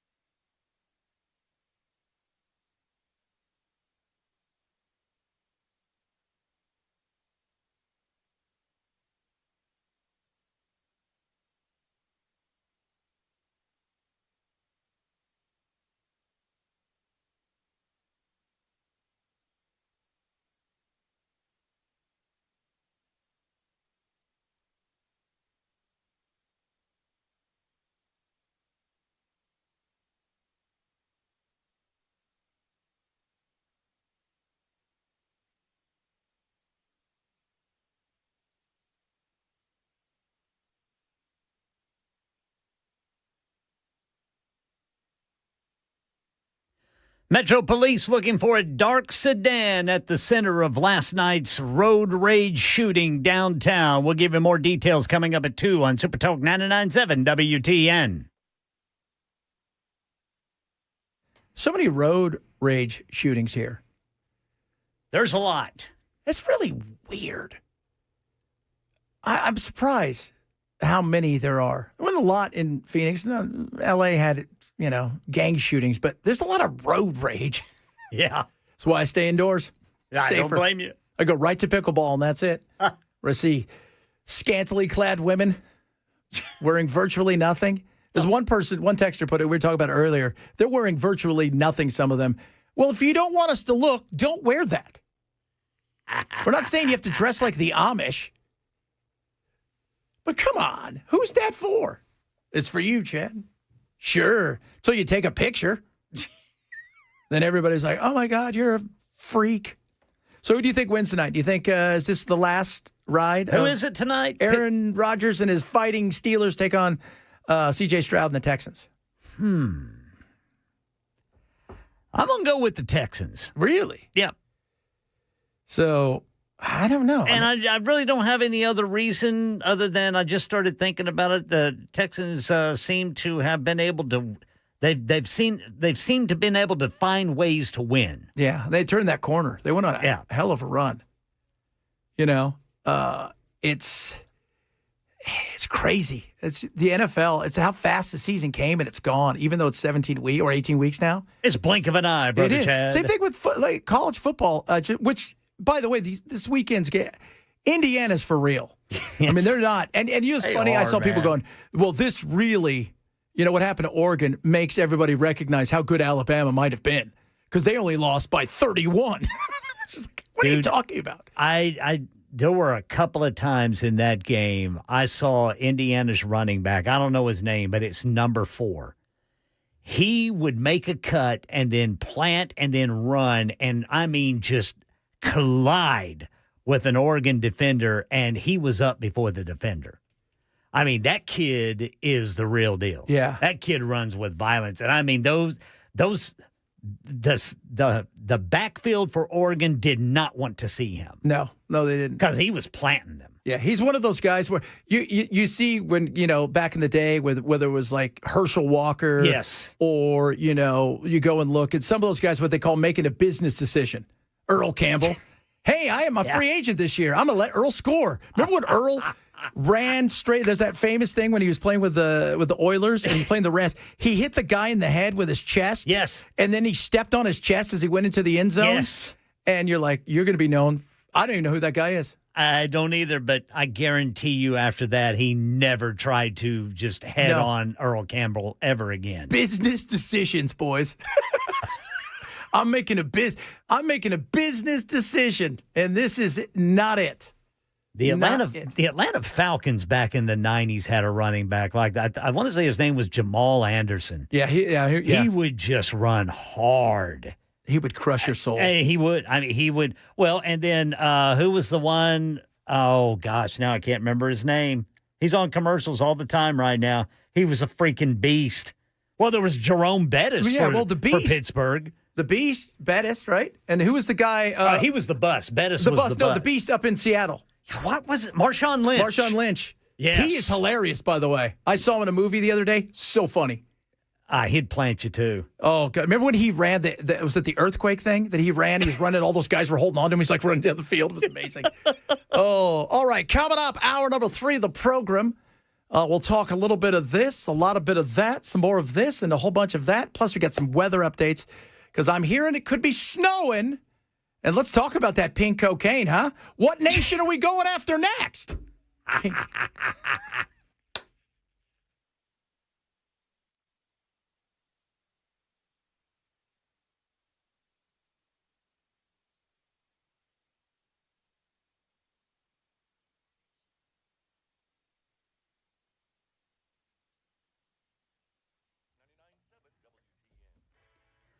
2 o'clock on the dot. I'm Ken Weaver with your top stories. Got the full forecast coming up in 5 minutes. Right now in Nashville, Metro Police are looking for a dark sedan they say is at the center of a shooting.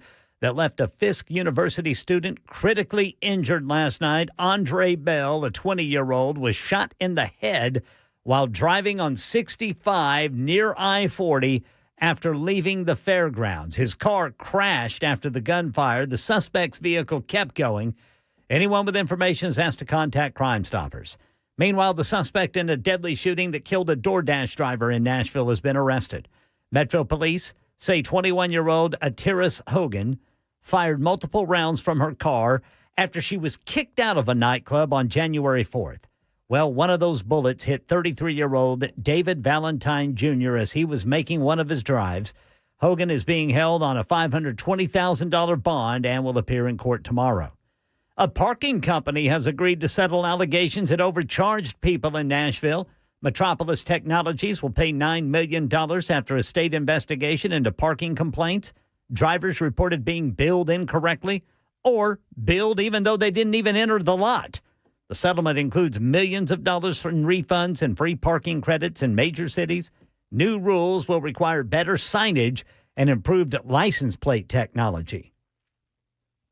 And in our nation's capital, President Trump suggesting that Iran is willing to negotiate with the U.S., but another military operation could happen due to the crackdown on anti-regime protesters there. Press Secretary Caroline Leavitt moments ago. Diplomacy is always the first option for the president. He's told all of you last night that what you're hearing publicly from the Iranian regime is quite differently from the messages the administration is receiving privately. And I think the president has an interest in exploring those messages. Here's ABC's Marcus Moore. Information is only trickling out right now out of Iran as that communications blackout is still in place. But Iran's foreign minister is quoted as saying that the information blackout will be lifted, but didn't say when. And he also said that the situation in Iran is, quote, under control. Pro-regime demonstrations are expected today in Iran. And what we've heard from contacts in the country is that the streets there have been largely deserted recently. Nearly 500 people have died in those protests in Iran so far.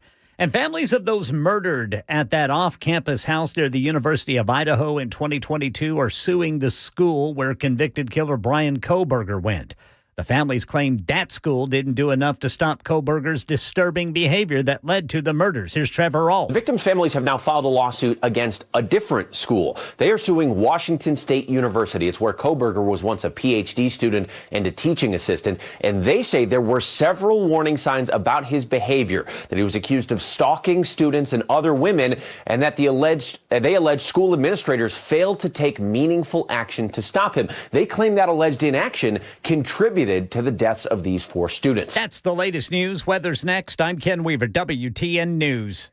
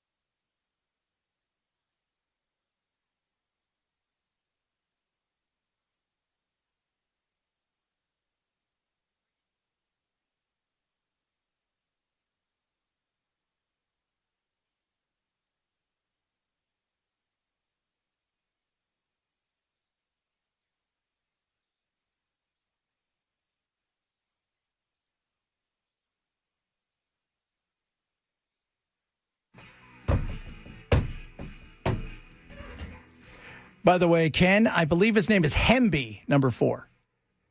Henby. Yeah.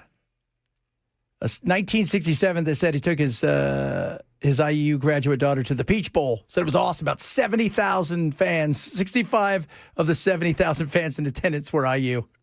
Oh, yeah. Anything to get out of that cold weather. Yeah, that kid is good. They're all good. I don't know of a weakness on that team, man. No. They're just, well, you know, when you, Matt and I were talking about the other day, when you can pay. Yep. Everybody wants to play. And so they're willing to go other places. And now that you've evened the field, the SEC doesn't look the beast that it once was. Yep. It is. It's professional football. That's what it is. They're just kids. Yeah. And you can now tell a quarterback, well, we think you should do another year, and he doesn't have to worry about, you know, paying for stuff. Right. Because he can stick around and make more money probably. Yeah. And then he can come on our show and we'll talk about the salary cap. I was talking about the salary cap earlier today with Bell in football. I said, football. I keep telling Bell, don't look at if it's $100 million, all you have to know is guaranteed money. Because it may be $100 million, but you only get $40 million of that guaranteed. And the rest of it, not guaranteed at all. So they can cut you the next day. Bell was surprised about the workout bonuses. Yeah, I'd never heard of that before. Yeah, you show up and work out with them. That's mostly another $250,000. It's mostly for veterans.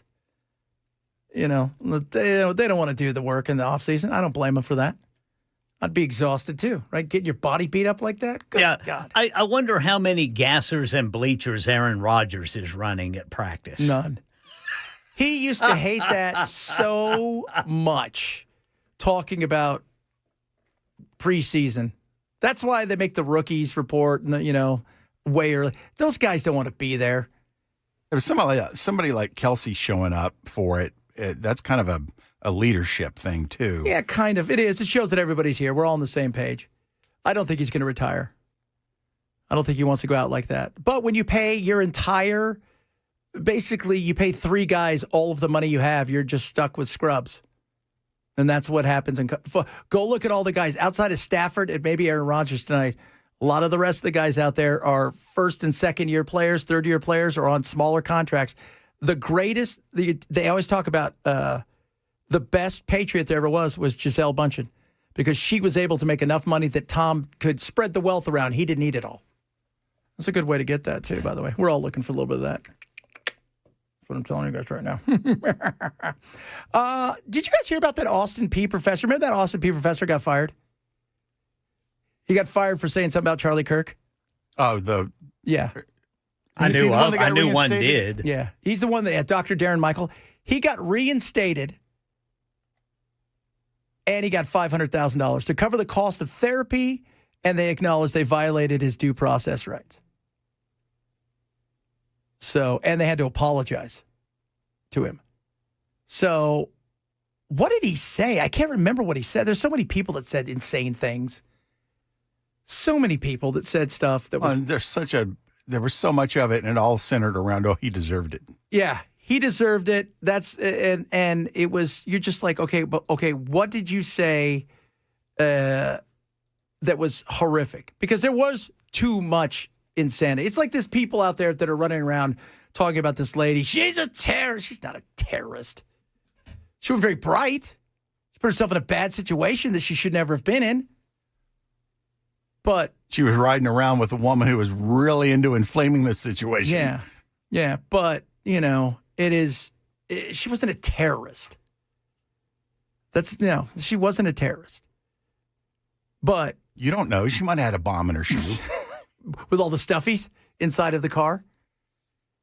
And the amount of crap that I still saw this weekend that was being sent to me from people going, see? I'm like, yeah, what? She didn't drive 6 hours there. Yes, she did. No, she didn't. She wasn't a terrorist. It's just, and then they raised money, and then they started a GoFundMe for the guy who shot her, and you're like, what are we doing? Right? I mean, that's why you can't have nice things. This is why. And then we can't have a conversation about this. Because there should have been a conversation, an opportunity to have a real conversation about what's happening. And right now, and I've said this over and over again, I'll say it again. Some of you out there are diehard Trump supporters. Yeah, this is what I voted for. Maybe not that. I would hope it's not that. But go look at the numbers have crashed with immigration. Why? Because they wanted strong border and to sort out the mess. They didn't want everybody thrown out. They didn't. They didn't want everybody, somebody who's been here 20 years, raised a family, tossed out of here. They weren't looking for that. Some were, but not everybody. A vast majority. And you can sit here and say, well, that's what I voted for. Well, here's the deal. The average independent, even some of the Republicans, like, I don't want any part of this. And the numbers are bearing that out. The numbers have crashed for support of the way that things are being handled. And you have to think of it not in how I want it. Think about it in how do you get across the line in the midterms? Because this is going to be something that is going to be out there everywhere. And you want to win the midterms, you better figure out how you rephrase this and how you go about doing it. I'm not saying that the offers, I said the other day, two can be right. She didn't deserve to get shot. She didn't try to run him over. I don't think for a second she tried to run him over. I think she tried to get out of the way. I think she was in a stupid position, but I don't think she tried to run him over. Because if you're really gonna do that with your own, if you're thinking to yourself, I'm just gonna go out and run a bunch of people over, you're gonna go like they did this weekend in the Iran chaos in downtown Los Angeles with a U-Haul truck. But the officer didn't know that. So he acted as he thought he should. And what do we have? We have two sides that are far left and far right screaming things that don't move it forward when having a conversation about immigration that we need to have. Because remember, with Trump, nothing has been codified.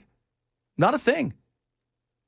These numbers that are out there that you're seeing, guess what happens if they lose the House? Then they lose. J.D. Vance or whoever runs doesn't win, and nothing's codified. Everything goes back to the way it was? I hope not. But we've got to figure out how we have a real conversation about people who add value to our country and get rid of the people who are truly bad. But this was just another way for everybody to go and rage bait each other. And that was wrong. Just like with the Charlie Kirk thing. People took that as an opportunity, on the left in particular, to rage bait and to say things that are ridiculous and inflame people and their attitudes, which was asinine and stupid. And then knee-jerk reaction by colleges and by businesses are costing them money because they're having to be, a tenured professor. You had to put him back in, and you had to pay him $500,000, which is nuts. So 2 days after the killing, Marsha Blackburn, Republican senator from great state of Tennessee, posted a screenshot indicating Michael on the 10th of September had posted a headline of 2023 news article, Charlie Kirk says gun deaths, unfortunately, worth it to keep the Second Amendment. And, okay. And then she wrote, what do you say, Austin P? And then tagged the university account, and then away it went. Now, that's cost him $500,000. They've had to reinstate him for his mental suffering.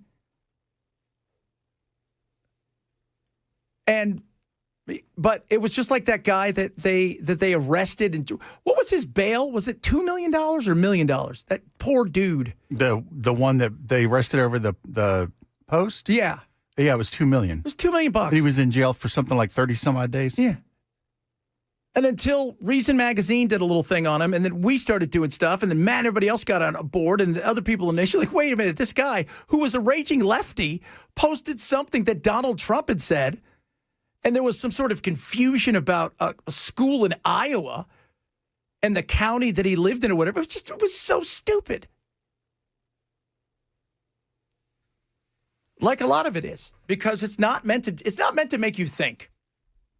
It's meant to get you to engage. And the greatest way of doing that is, I don't need to have a conversation with you, reason with you. I don't need to. It's just easier to make you mad. And that's where the rage bait comes in. And what he posted, was it awful? No, it wasn't. It wasn't awful. I mean, it's unfortunate, It's like if we said today, hey, we should take cars away from everybody, therefore we save some lives out there.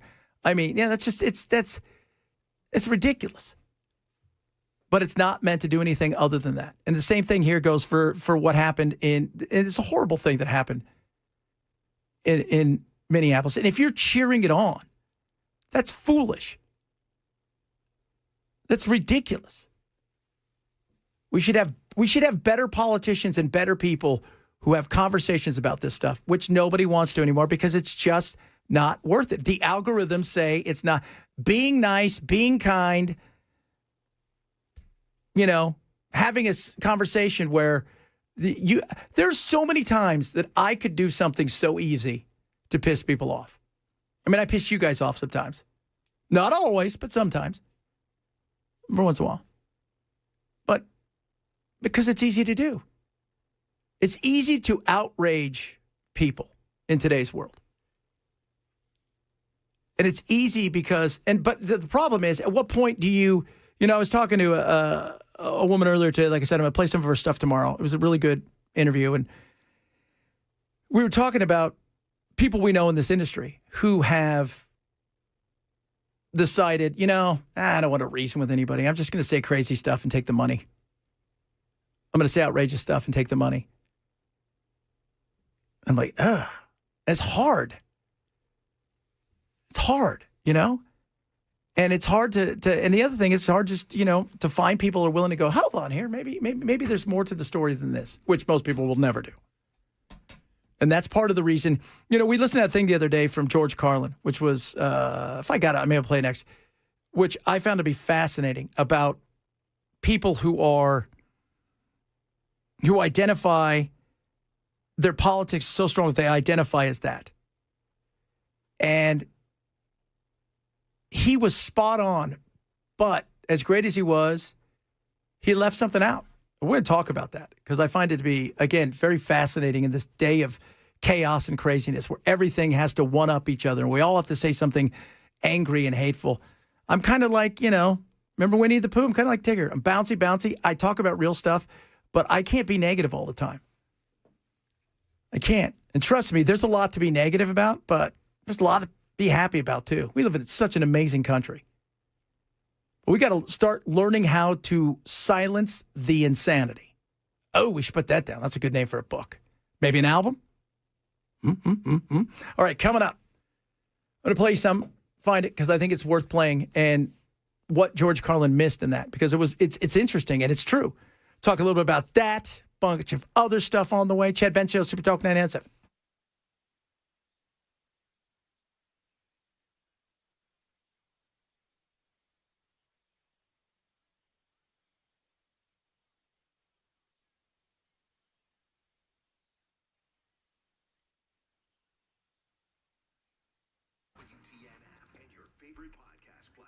Bulwark Capital wants to talk to you. Let me tell you something. Bulwark Capital is amazing. Right now, they're doing something on the 29th of this month. 29th. And what is that you say to yourself? That is a New Year reset. Okay? So, different world we live in now. Is there an AI bubble ready to explode? Are we looking at companies that are super overvalued? How could AI impact negative and positively your portfolio, your retirement? My buddy Zach Abraham wants to talk to you about it. It's absolutely free. Worst case scenario is you spend 30 minutes, you learn something, and you part as friends. That's what it always says. And they're going to also give you an opportunity to have a know your risk review when it comes to your portfolio. They're going to talk about what they do at Bulwark, which is looking for opportunities, lower risk, lower cost, and using the way that they go about looking at, as they say, principal fundamentals in their management style and finding you the most upside potential. Absolutely free for you. It's New Year's reset. It is January 29th, 5:30. Schedule right now at knowyourriskpodcast.com, KNOW, yourriskpodcast.com, from our friends at Bulwark Capital Management. Investment advisory service offered through Trek Financial LLC, an SEC registered investment advisor. Investment involved risk, not a guarantee. Past performance not guarantee future results. Trek 2605.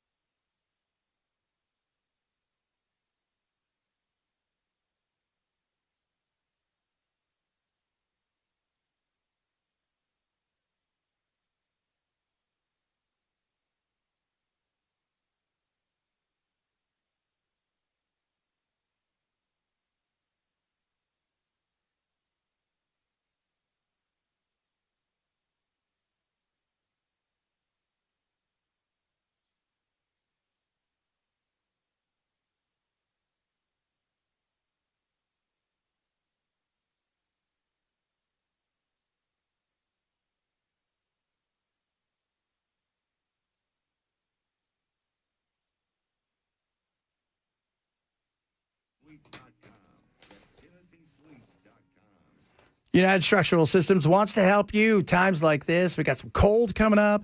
Could be some freezes. You got some water somewhere, especially in your crawl space. Oh, my basement walls, foundation issues.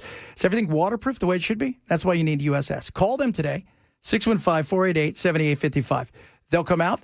They'll give you an inspection. It's absolutely free. Right? So if you've had any issues in the past, maybe you've had some cracks, you're not quite sure if there's some sitting water down there. Next thing you know, mold, wood rot, it becomes a nightmare. Foundation issues. Do not let that happen to you. Call USS. They'll come out today, give you a full inspection, and then they're not going to sell you anything you don't need. That's not who they are. They're incredible. Call 615-488-7855, 615-488-7855, or check them out online at USSTN.com. All right, drivers, we've got something in the road blocking your way. 40 eastbound at Charlotte Avenue. That's eastbound at Charlotte Avenue, I-40 there. Also, still no arrest in a road rage shooting downtown last night. We'll tell you what we have learned about the victim and a possible suspect coming up at 2:30 on Super Talk 99.7 WTN.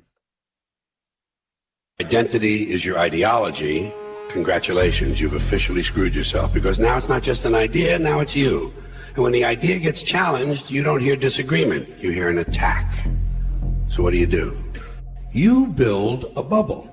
A nice, soft, padded little bubble where everyone agrees with you, uses the same words, hates the same people, and claps at the exact right moments. And you will defend that bubble at all costs, even if it makes you sound incredibly stupid. Facts don't matter anymore. Logic's gone. Humor? Dead. Because admitting you're wrong would mean admitting you are wrong, and that's unacceptable. So you double down, louder, angrier, dumber. And that's how you end up defending nonsense like it's sacred scripture. Not because it's true, but because without it, you'd have to actually develop a personality. We played that on Friday, and the reason that's important is some of you are mad because I didn't say some of the things you like is the perfect right there. You didn't like, oh, he said something I disagree with, Bell. I got to go. I'm sorry. I got to go over to Sean Hannity because he's awesome. Enough of this libtard. Libtard. Why? Because I threw some out you didn't like. You're the same people who were out there defending, Ashley Babbitt. Well, it's different because no. Neither should have happened. This lady did something stupid.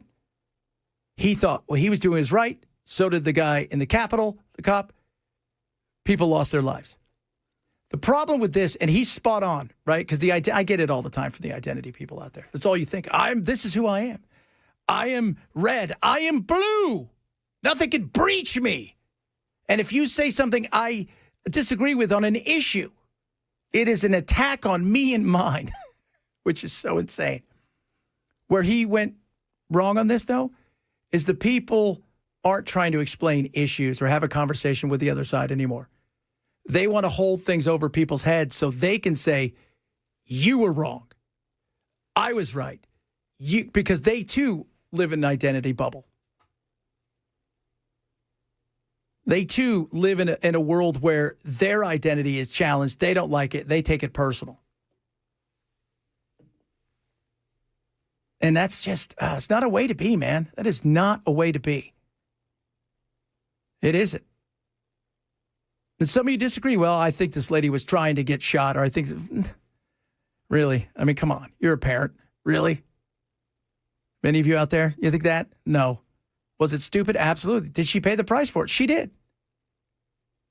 But one of the other things I was talking about is the price at the ballot box. You don't like to hear the fact that the numbers have changed dramatically? You're going to go with the ostrich method of stick my head in the sand and we'll hope that everything works out in November? That's not going to help at all. If you're the Republicans, you need to start reframing this in a much different way. You do. If you want to hold on to what's happening, absolutely, you better figure out how to reframe it in a different way because the numbers aren't great. But we should be able to have a conversation. And nobody wants to because what they want to be is right. And that's just at all costs. I want to be right at all costs. I don't care. Have to be right. But everybody wants to throw a punch, but nobody wants the punch to come back. Which is be a great way to box because everybody be undefeated. The problem is, no, it's not that way. It's not. And this lady, again, what happened was horrible. And if you're cheering it on, that's insane. And I don't for a second think that this guy did this out of spite or malice because he wanted to shoot somebody. We can debate whether or not he needed to or not, but he felt he was in danger. So he did what he thought was right. Others out there don't look at it that way. And if you think she went out there to get killed, again, ridiculous. And there was no win in this. I don't know how anybody said this was a win for America. There's not. And politically, I don't think it's going to... The people that want immigration, everybody to be thrown out of here, you may cheer that on, but that's a small number of people who wanted tougher immigration, close the border, but not throw out everybody and not see Americans die on the street. And that's what you have to look at it from the perspective. It's like one of those things where I'm trying to win, right? If I'm advising the Republicans, I'm trying to get you over the line and hold on to the House. That's the thing that matters at this point in time. And the economy will say a lot about it, but there'll be other things as well. Absolutely. Coming up, some other good stuff on the way. A lot of other good stuff that we haven't talked about today. Maybe a little bit about the economy. How's it looking? Cooking? Maybe not cooking? Maybe slowing down? Maybe not slowing down? We'll talk a little bit about that. A bunch of other good stuff on the way. And, of course, Matt will be here probably 20 minutes or so. I saw him wandering around here. He's all dressed up. I'm the only one not dressed up. I'm the only one in shorts again today. And it's like 30 degrees outside. What? Chad Benson, Super Talk 997.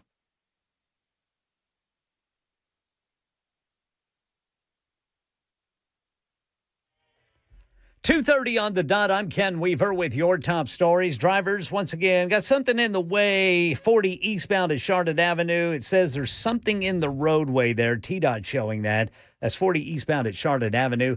Full forecast coming up in 5 minutes. Still no arrest in a road rage shooting downtown last night. Traffic came to a complete stop on 65 near the 40 interchange. Metro Police say one person critically injured rushed to the hospital. That person identified as 20-year-old Andre Bell, a Fisk University student from Jackson, Tennessee. No suspect has been identified, no arrests. Authorities are asking anyone with information to contact Crime Stoppers. Metro Police have charged a 21-year-old woman in connection with a fatal shooting earlier this month. Investigators say Atiris Hogan opened fire from her vehicle after leaving a Murfreesboro Pike nightclub, which she had been kicked out of on January 4th. One of the bullets hit delivery driver David Valentine Jr. It killed him. His family says he door dashed for extra money for his son. He was very determined to make it, to be, as he called himself, the boss man, to be that entrepreneur, getting his life on track, to be able to do the things that he desired to do, to be able to provide for his children. So he was just a very loving person. He really was. Hogan is in jail on homicide and reckless endangerment charges. Tennessee's Attorney General says he's reached a $9 million settlement with Metropolis Technologies. The parking company faced dozens of complaints about unfair charges. Under the deal, consumers are going to get refunds and free parking credits, and the lots must post clear rates. Officials say the changes will make parking more transparent and fair. That's the latest news. Weather is next. I'm Ken Weaver, WTN News.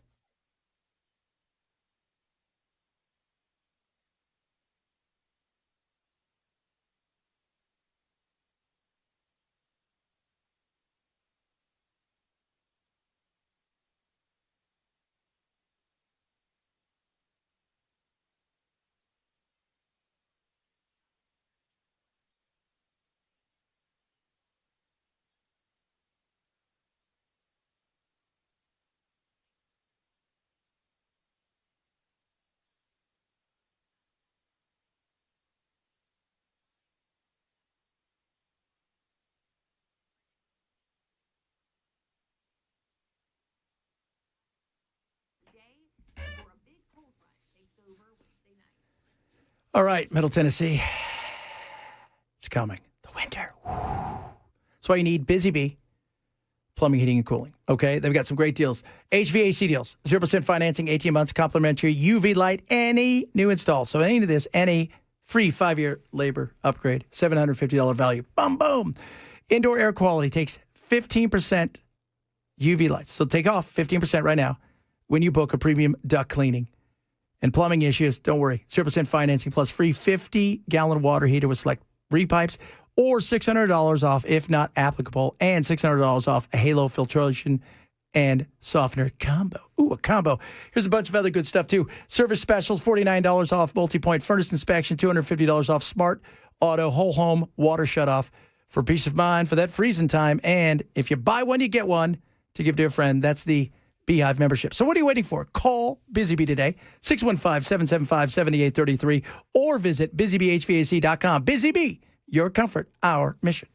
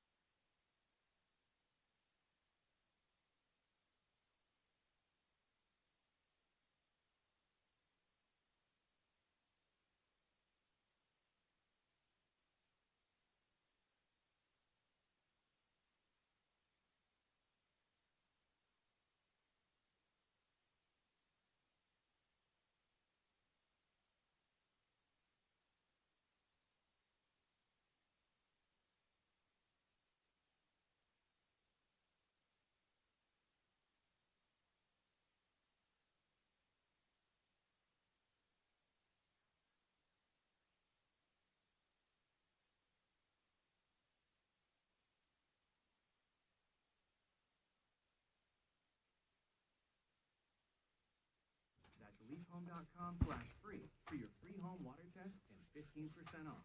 leafhome.com/free. All right, guys. little football tonight. A lot of great things going on with our good friends over at Prize Picks.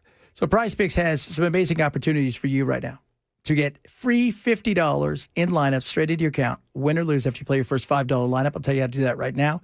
Download the Prize Picks app. Use my code CHAD when you do. So you're picking more or less based on players' projected stats. Things like touchdowns, right? So you can do any sport, but I'm just going with that because we got a game tonight. So Aaron Rodgers, over 149.5 passing yards, more or less. It's up to you. You decide. C.J. Stroud, will he throw for more than a half a passing touchdown, more or less? That's simple.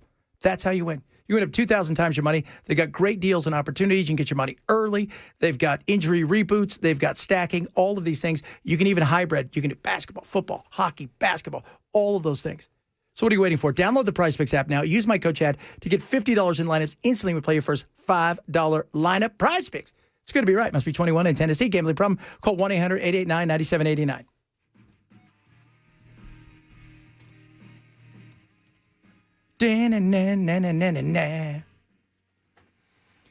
A lot of you mad at me because you didn't like what I said, which is totally fine. I mean, I'm good with that.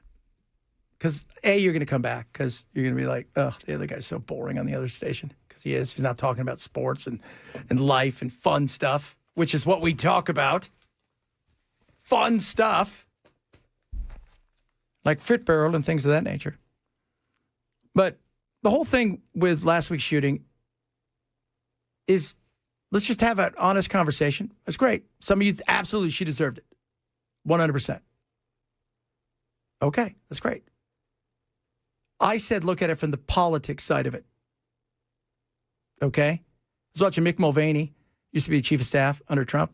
He says, I'm not here to talk about the legalities of it. I'm here to talk about the politics of it. And the politics is it's not looking good because people don't want to see how the sausage is made. People don't want to see guys dressed up on the streets in full fatigue outfits with face masks going up and down American streets. It doesn't make them happy. And we're talking about the independents here. 45% of Americans, they are independent. They would love a third party. That ain't happening. They would love a third party. But it isn't going to happen anytime soon. And not at the level that would need to happen.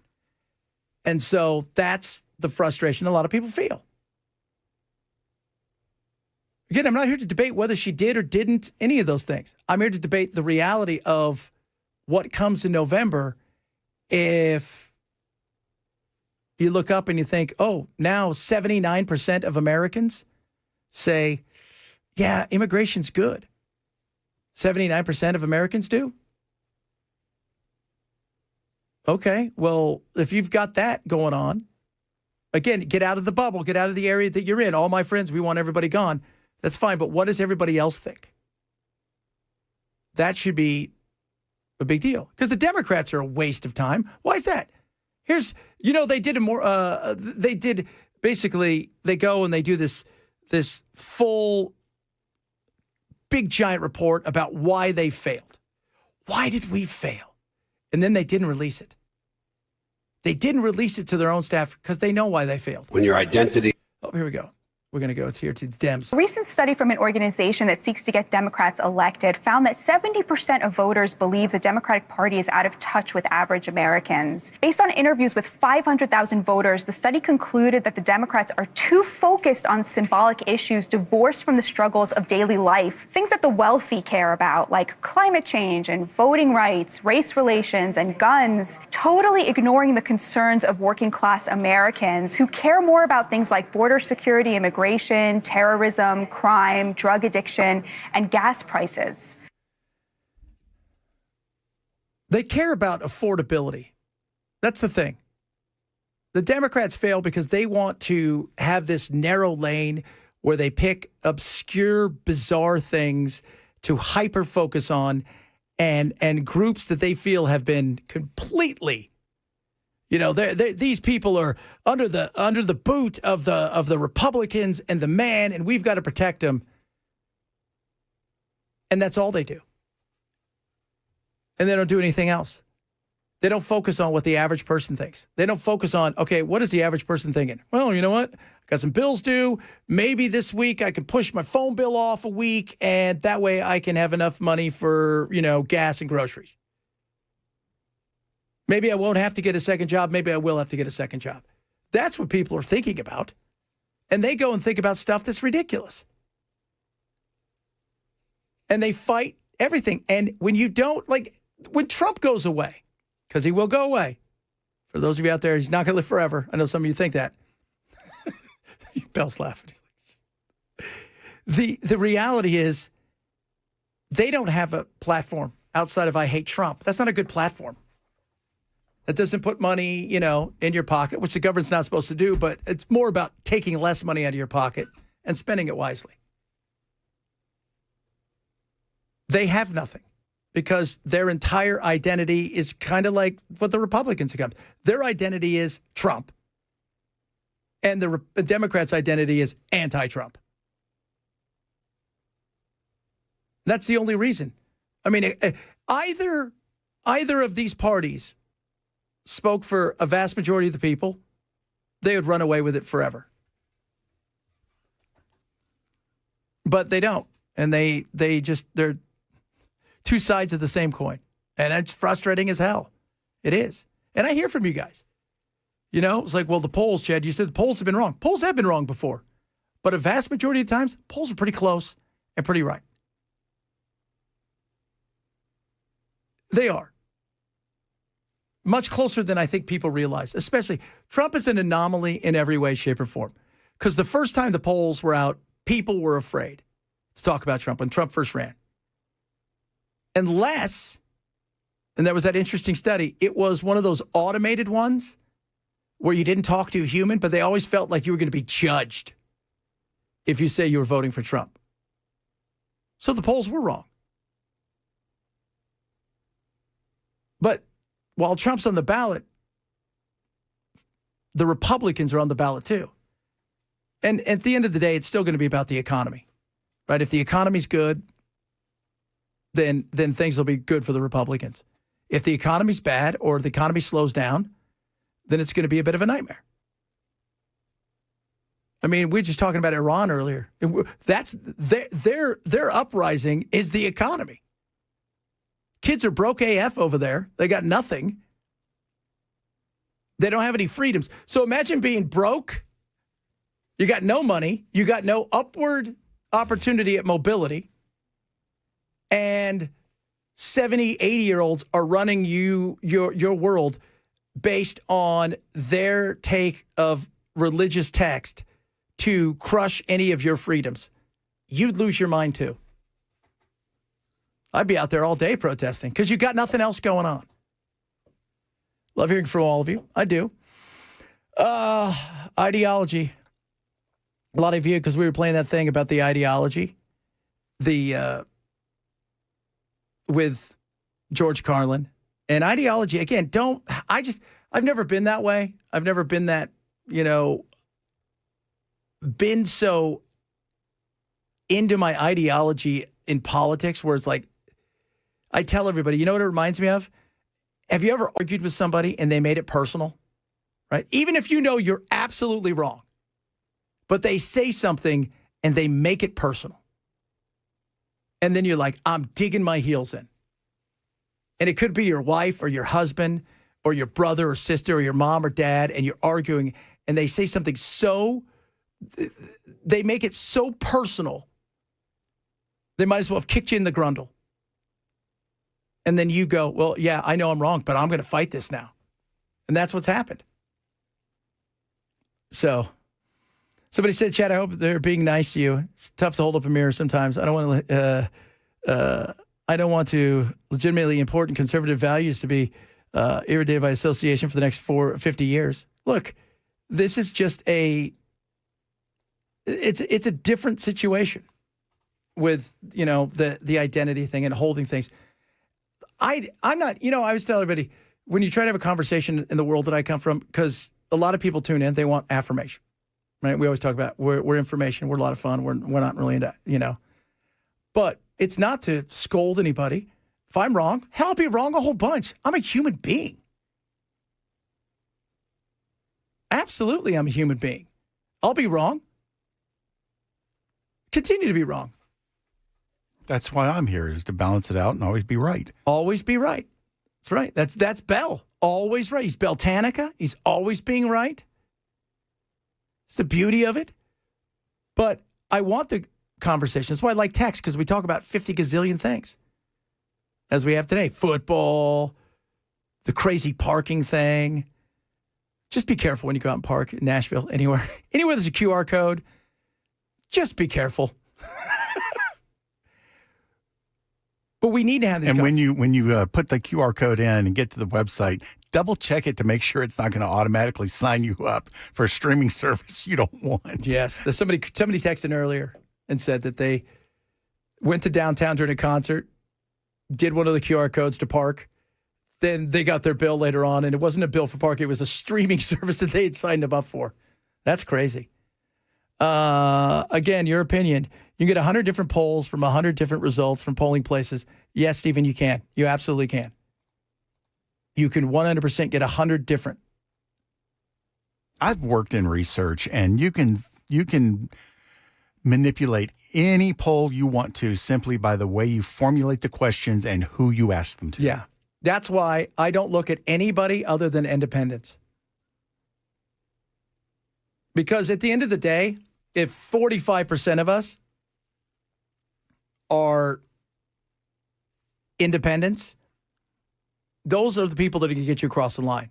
Some may lean a little left, some may lean a little bit more right, but they're the ones who are going to get you across the line. And that's why I say throw out anything the Republicans and Democrats think about anything and look at the independents. If you do that, you find out it's a much easier opportunity to get a feel of what's going on, because those are the exhausted majority. Most of you listening aren't hardcore, super duper right. You have a few of those. And some of you are liberal. You're not uber progressive nut jobs, because they're out there. And the thing is, both the right and the left want to do one thing when they use the algorithms. It's to show the worst possible side of the other side. If it's a MAGA person, it's got the hat on, he might as well be wearing a hoodie, right? Or might as well be wearing one of the white robes. That's what they want to show you, with two teeth, because that's what they want to show you. And if it's the left that the right's trying to show you, it's a purple, transgender, half wannabe werewolf, half dragon, who identifies also as a wizard and thinks that everybody should get free housing. And then you get enraged, because that's what it is. It's nut picking. We got to be smarter. We do. And right.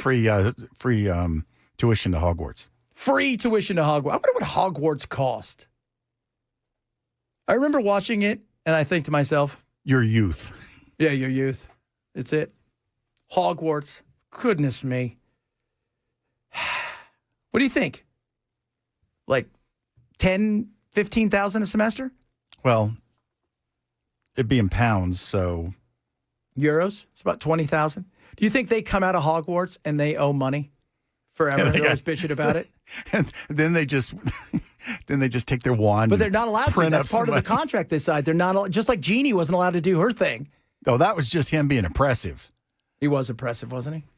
So, Paul Lynn would have got a hold of her. They'd have been all over the party and all the time doing stuff. Oh, yeah. All the time. All right, we're going to wrap it up straight ahead. Chad Benson Show. Super Top 997.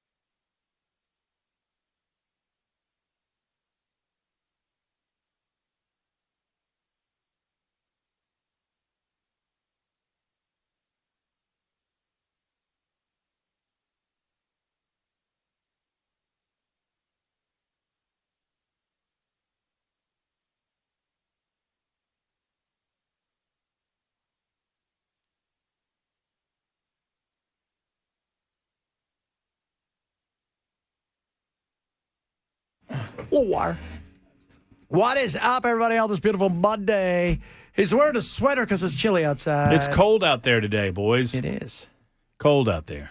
It is very cold. We're expecting snow, I hear. So what the weather wizard said. I don't believe it.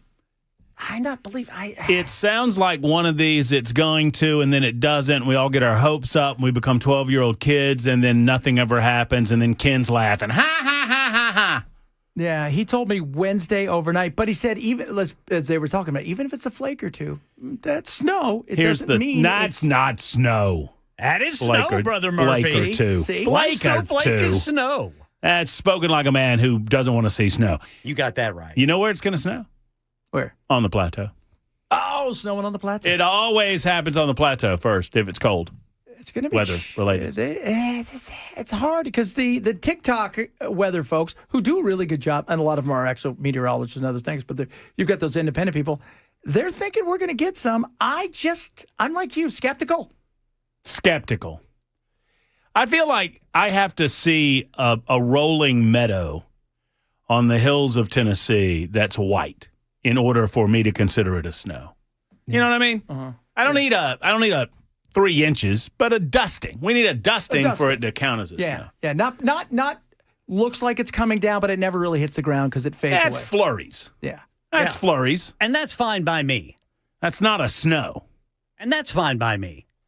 I bet it is, Ken. What's the most snow you ever saw, Ken? The most snow I've ever seen was a foot of snow. I saw a foot of snow in Connecticut, in Bristol, Connecticut. I bet you did. Oh, my gosh. Did you drive by the ESPN people? You guys are living a good life. Snow, yeah, I know. On the way to the car dealership. where I was the new guy, so I had to shovel the cars and do all that crap. Did they cut your tie when you got your first sale? That was great. I never got my first sale. What are you talking about? What are you talking about? They trained me. When I got done with my draw, I quit. Smart. That was smart. That was not very. It was poor planning on my part, but. Yeah, so I know I think it snowed like 88 inches that year in Connecticut. It was insane. It was like the most snow they'd ever had and ever. Who lives here? I know. Why would you live here? Why did you go there? No wonder all of you people are awful. Because I had my first wife and I met in college, and she was not the one that tried to stab you, right? No. That was just a girlfriend. So no, Lee was the girl that I. Oh, wow. Anyway. So wait. So she became the evil. You're like, I wish I would have stayed with the stabber girl. It probably would have turned out better. No, I think it turned out well. So, so we decided to move to Connecticut where we knew nobody else. And that was not a very smart move. Huh? A relationship How tips? did you pick Connecticut, though? Well, my buddy, my best friend Wayne was going to graduate school at UConn in stores. But we picked a place that was an hour and a half away, so that it might as well have been 20 hours away. But man, Connecticut, though, that's like a little bitty state. Little bit, not the littlest, but it's close. It's tiny. Little tiny state. Little tiny guy. Oh, yeah. And manner of rich people. Yeah, on the coast. Oh, my gosh. There's a lot of folk that live there that's got a few dollar bills, Oh, absolutely. coming up from New York. Yeah, all the rich New Yorkers that don't want to pay New York taxes. Right. And they have somebody to drive for them. That's it. That's Just drive up the thoroughfare, and there they go in Connecticut. They either go Long Island or Connecticut. So, what's in the news today? I've been out of the loop. Anything good? I don't know. We talked about a little immigration, but mostly we talked about football. The insanity of this weekend, that was great. Football. The NFL was pretty good this weekend. It was very good. I will give it a lot of Indiana's credit. a real team. We're talking about that. Indiana is going to, in my opinion, destroy Miami. I mean, you got to play the games, I suppose, but I don't want know. that to happen because you hate their quarterback. I mean, with well, a passion. Carson Beck's what idiot. He's Lamborghini. We talked to the Lamborghini. Stupid. Never going to get over the Lamborghini. He's also been in college 7 years. Yeah. You shouldn't be able to be in college 7 years. Yeah. College. I mean, it's not even college anymore. What did I see the other day? Somebody said something about Beck where one of the guys he's throwing to was like in 7th grade when he was in his freshman year or something. It's insane. So I've been referring to the Indiana Hoosiers as the Indiana Cubans. Yes. And no one's talking about this aspect of the Indiana run. And I understand Signetti's a good coach. Yeah. But I also understand that Mark Cuban is spending millions and millions of dollars putting in an NIL, which, I mean, so now all you've got to do is find a really rich benefactor that really likes the team that you root for, and you can get yourself a national championship. Who's Georgia's biggest benefactor? I don't know. I have no idea. Tennessee, who's theirs? Like you had Pickens out there. Was the name right? Boone Pickens. Or whatever, out there. Oklahoma State. Oklahoma State. You got Nike. Man, they would be national champion if T. Boone Pickens was still alive. Oh yeah, absolutely. Because he was not allowed to give, but only so much, and he couldn't give directly to the players or whatever. Yeah. Now that it's above board, they'd be natty champions. Every year. Every year, all of them get their own oil wells. Yeah. Big old cowboy hats. Matt, straight ahead, he's got something to talk about. We're not quite sure, but I bet it's awesome. Bye.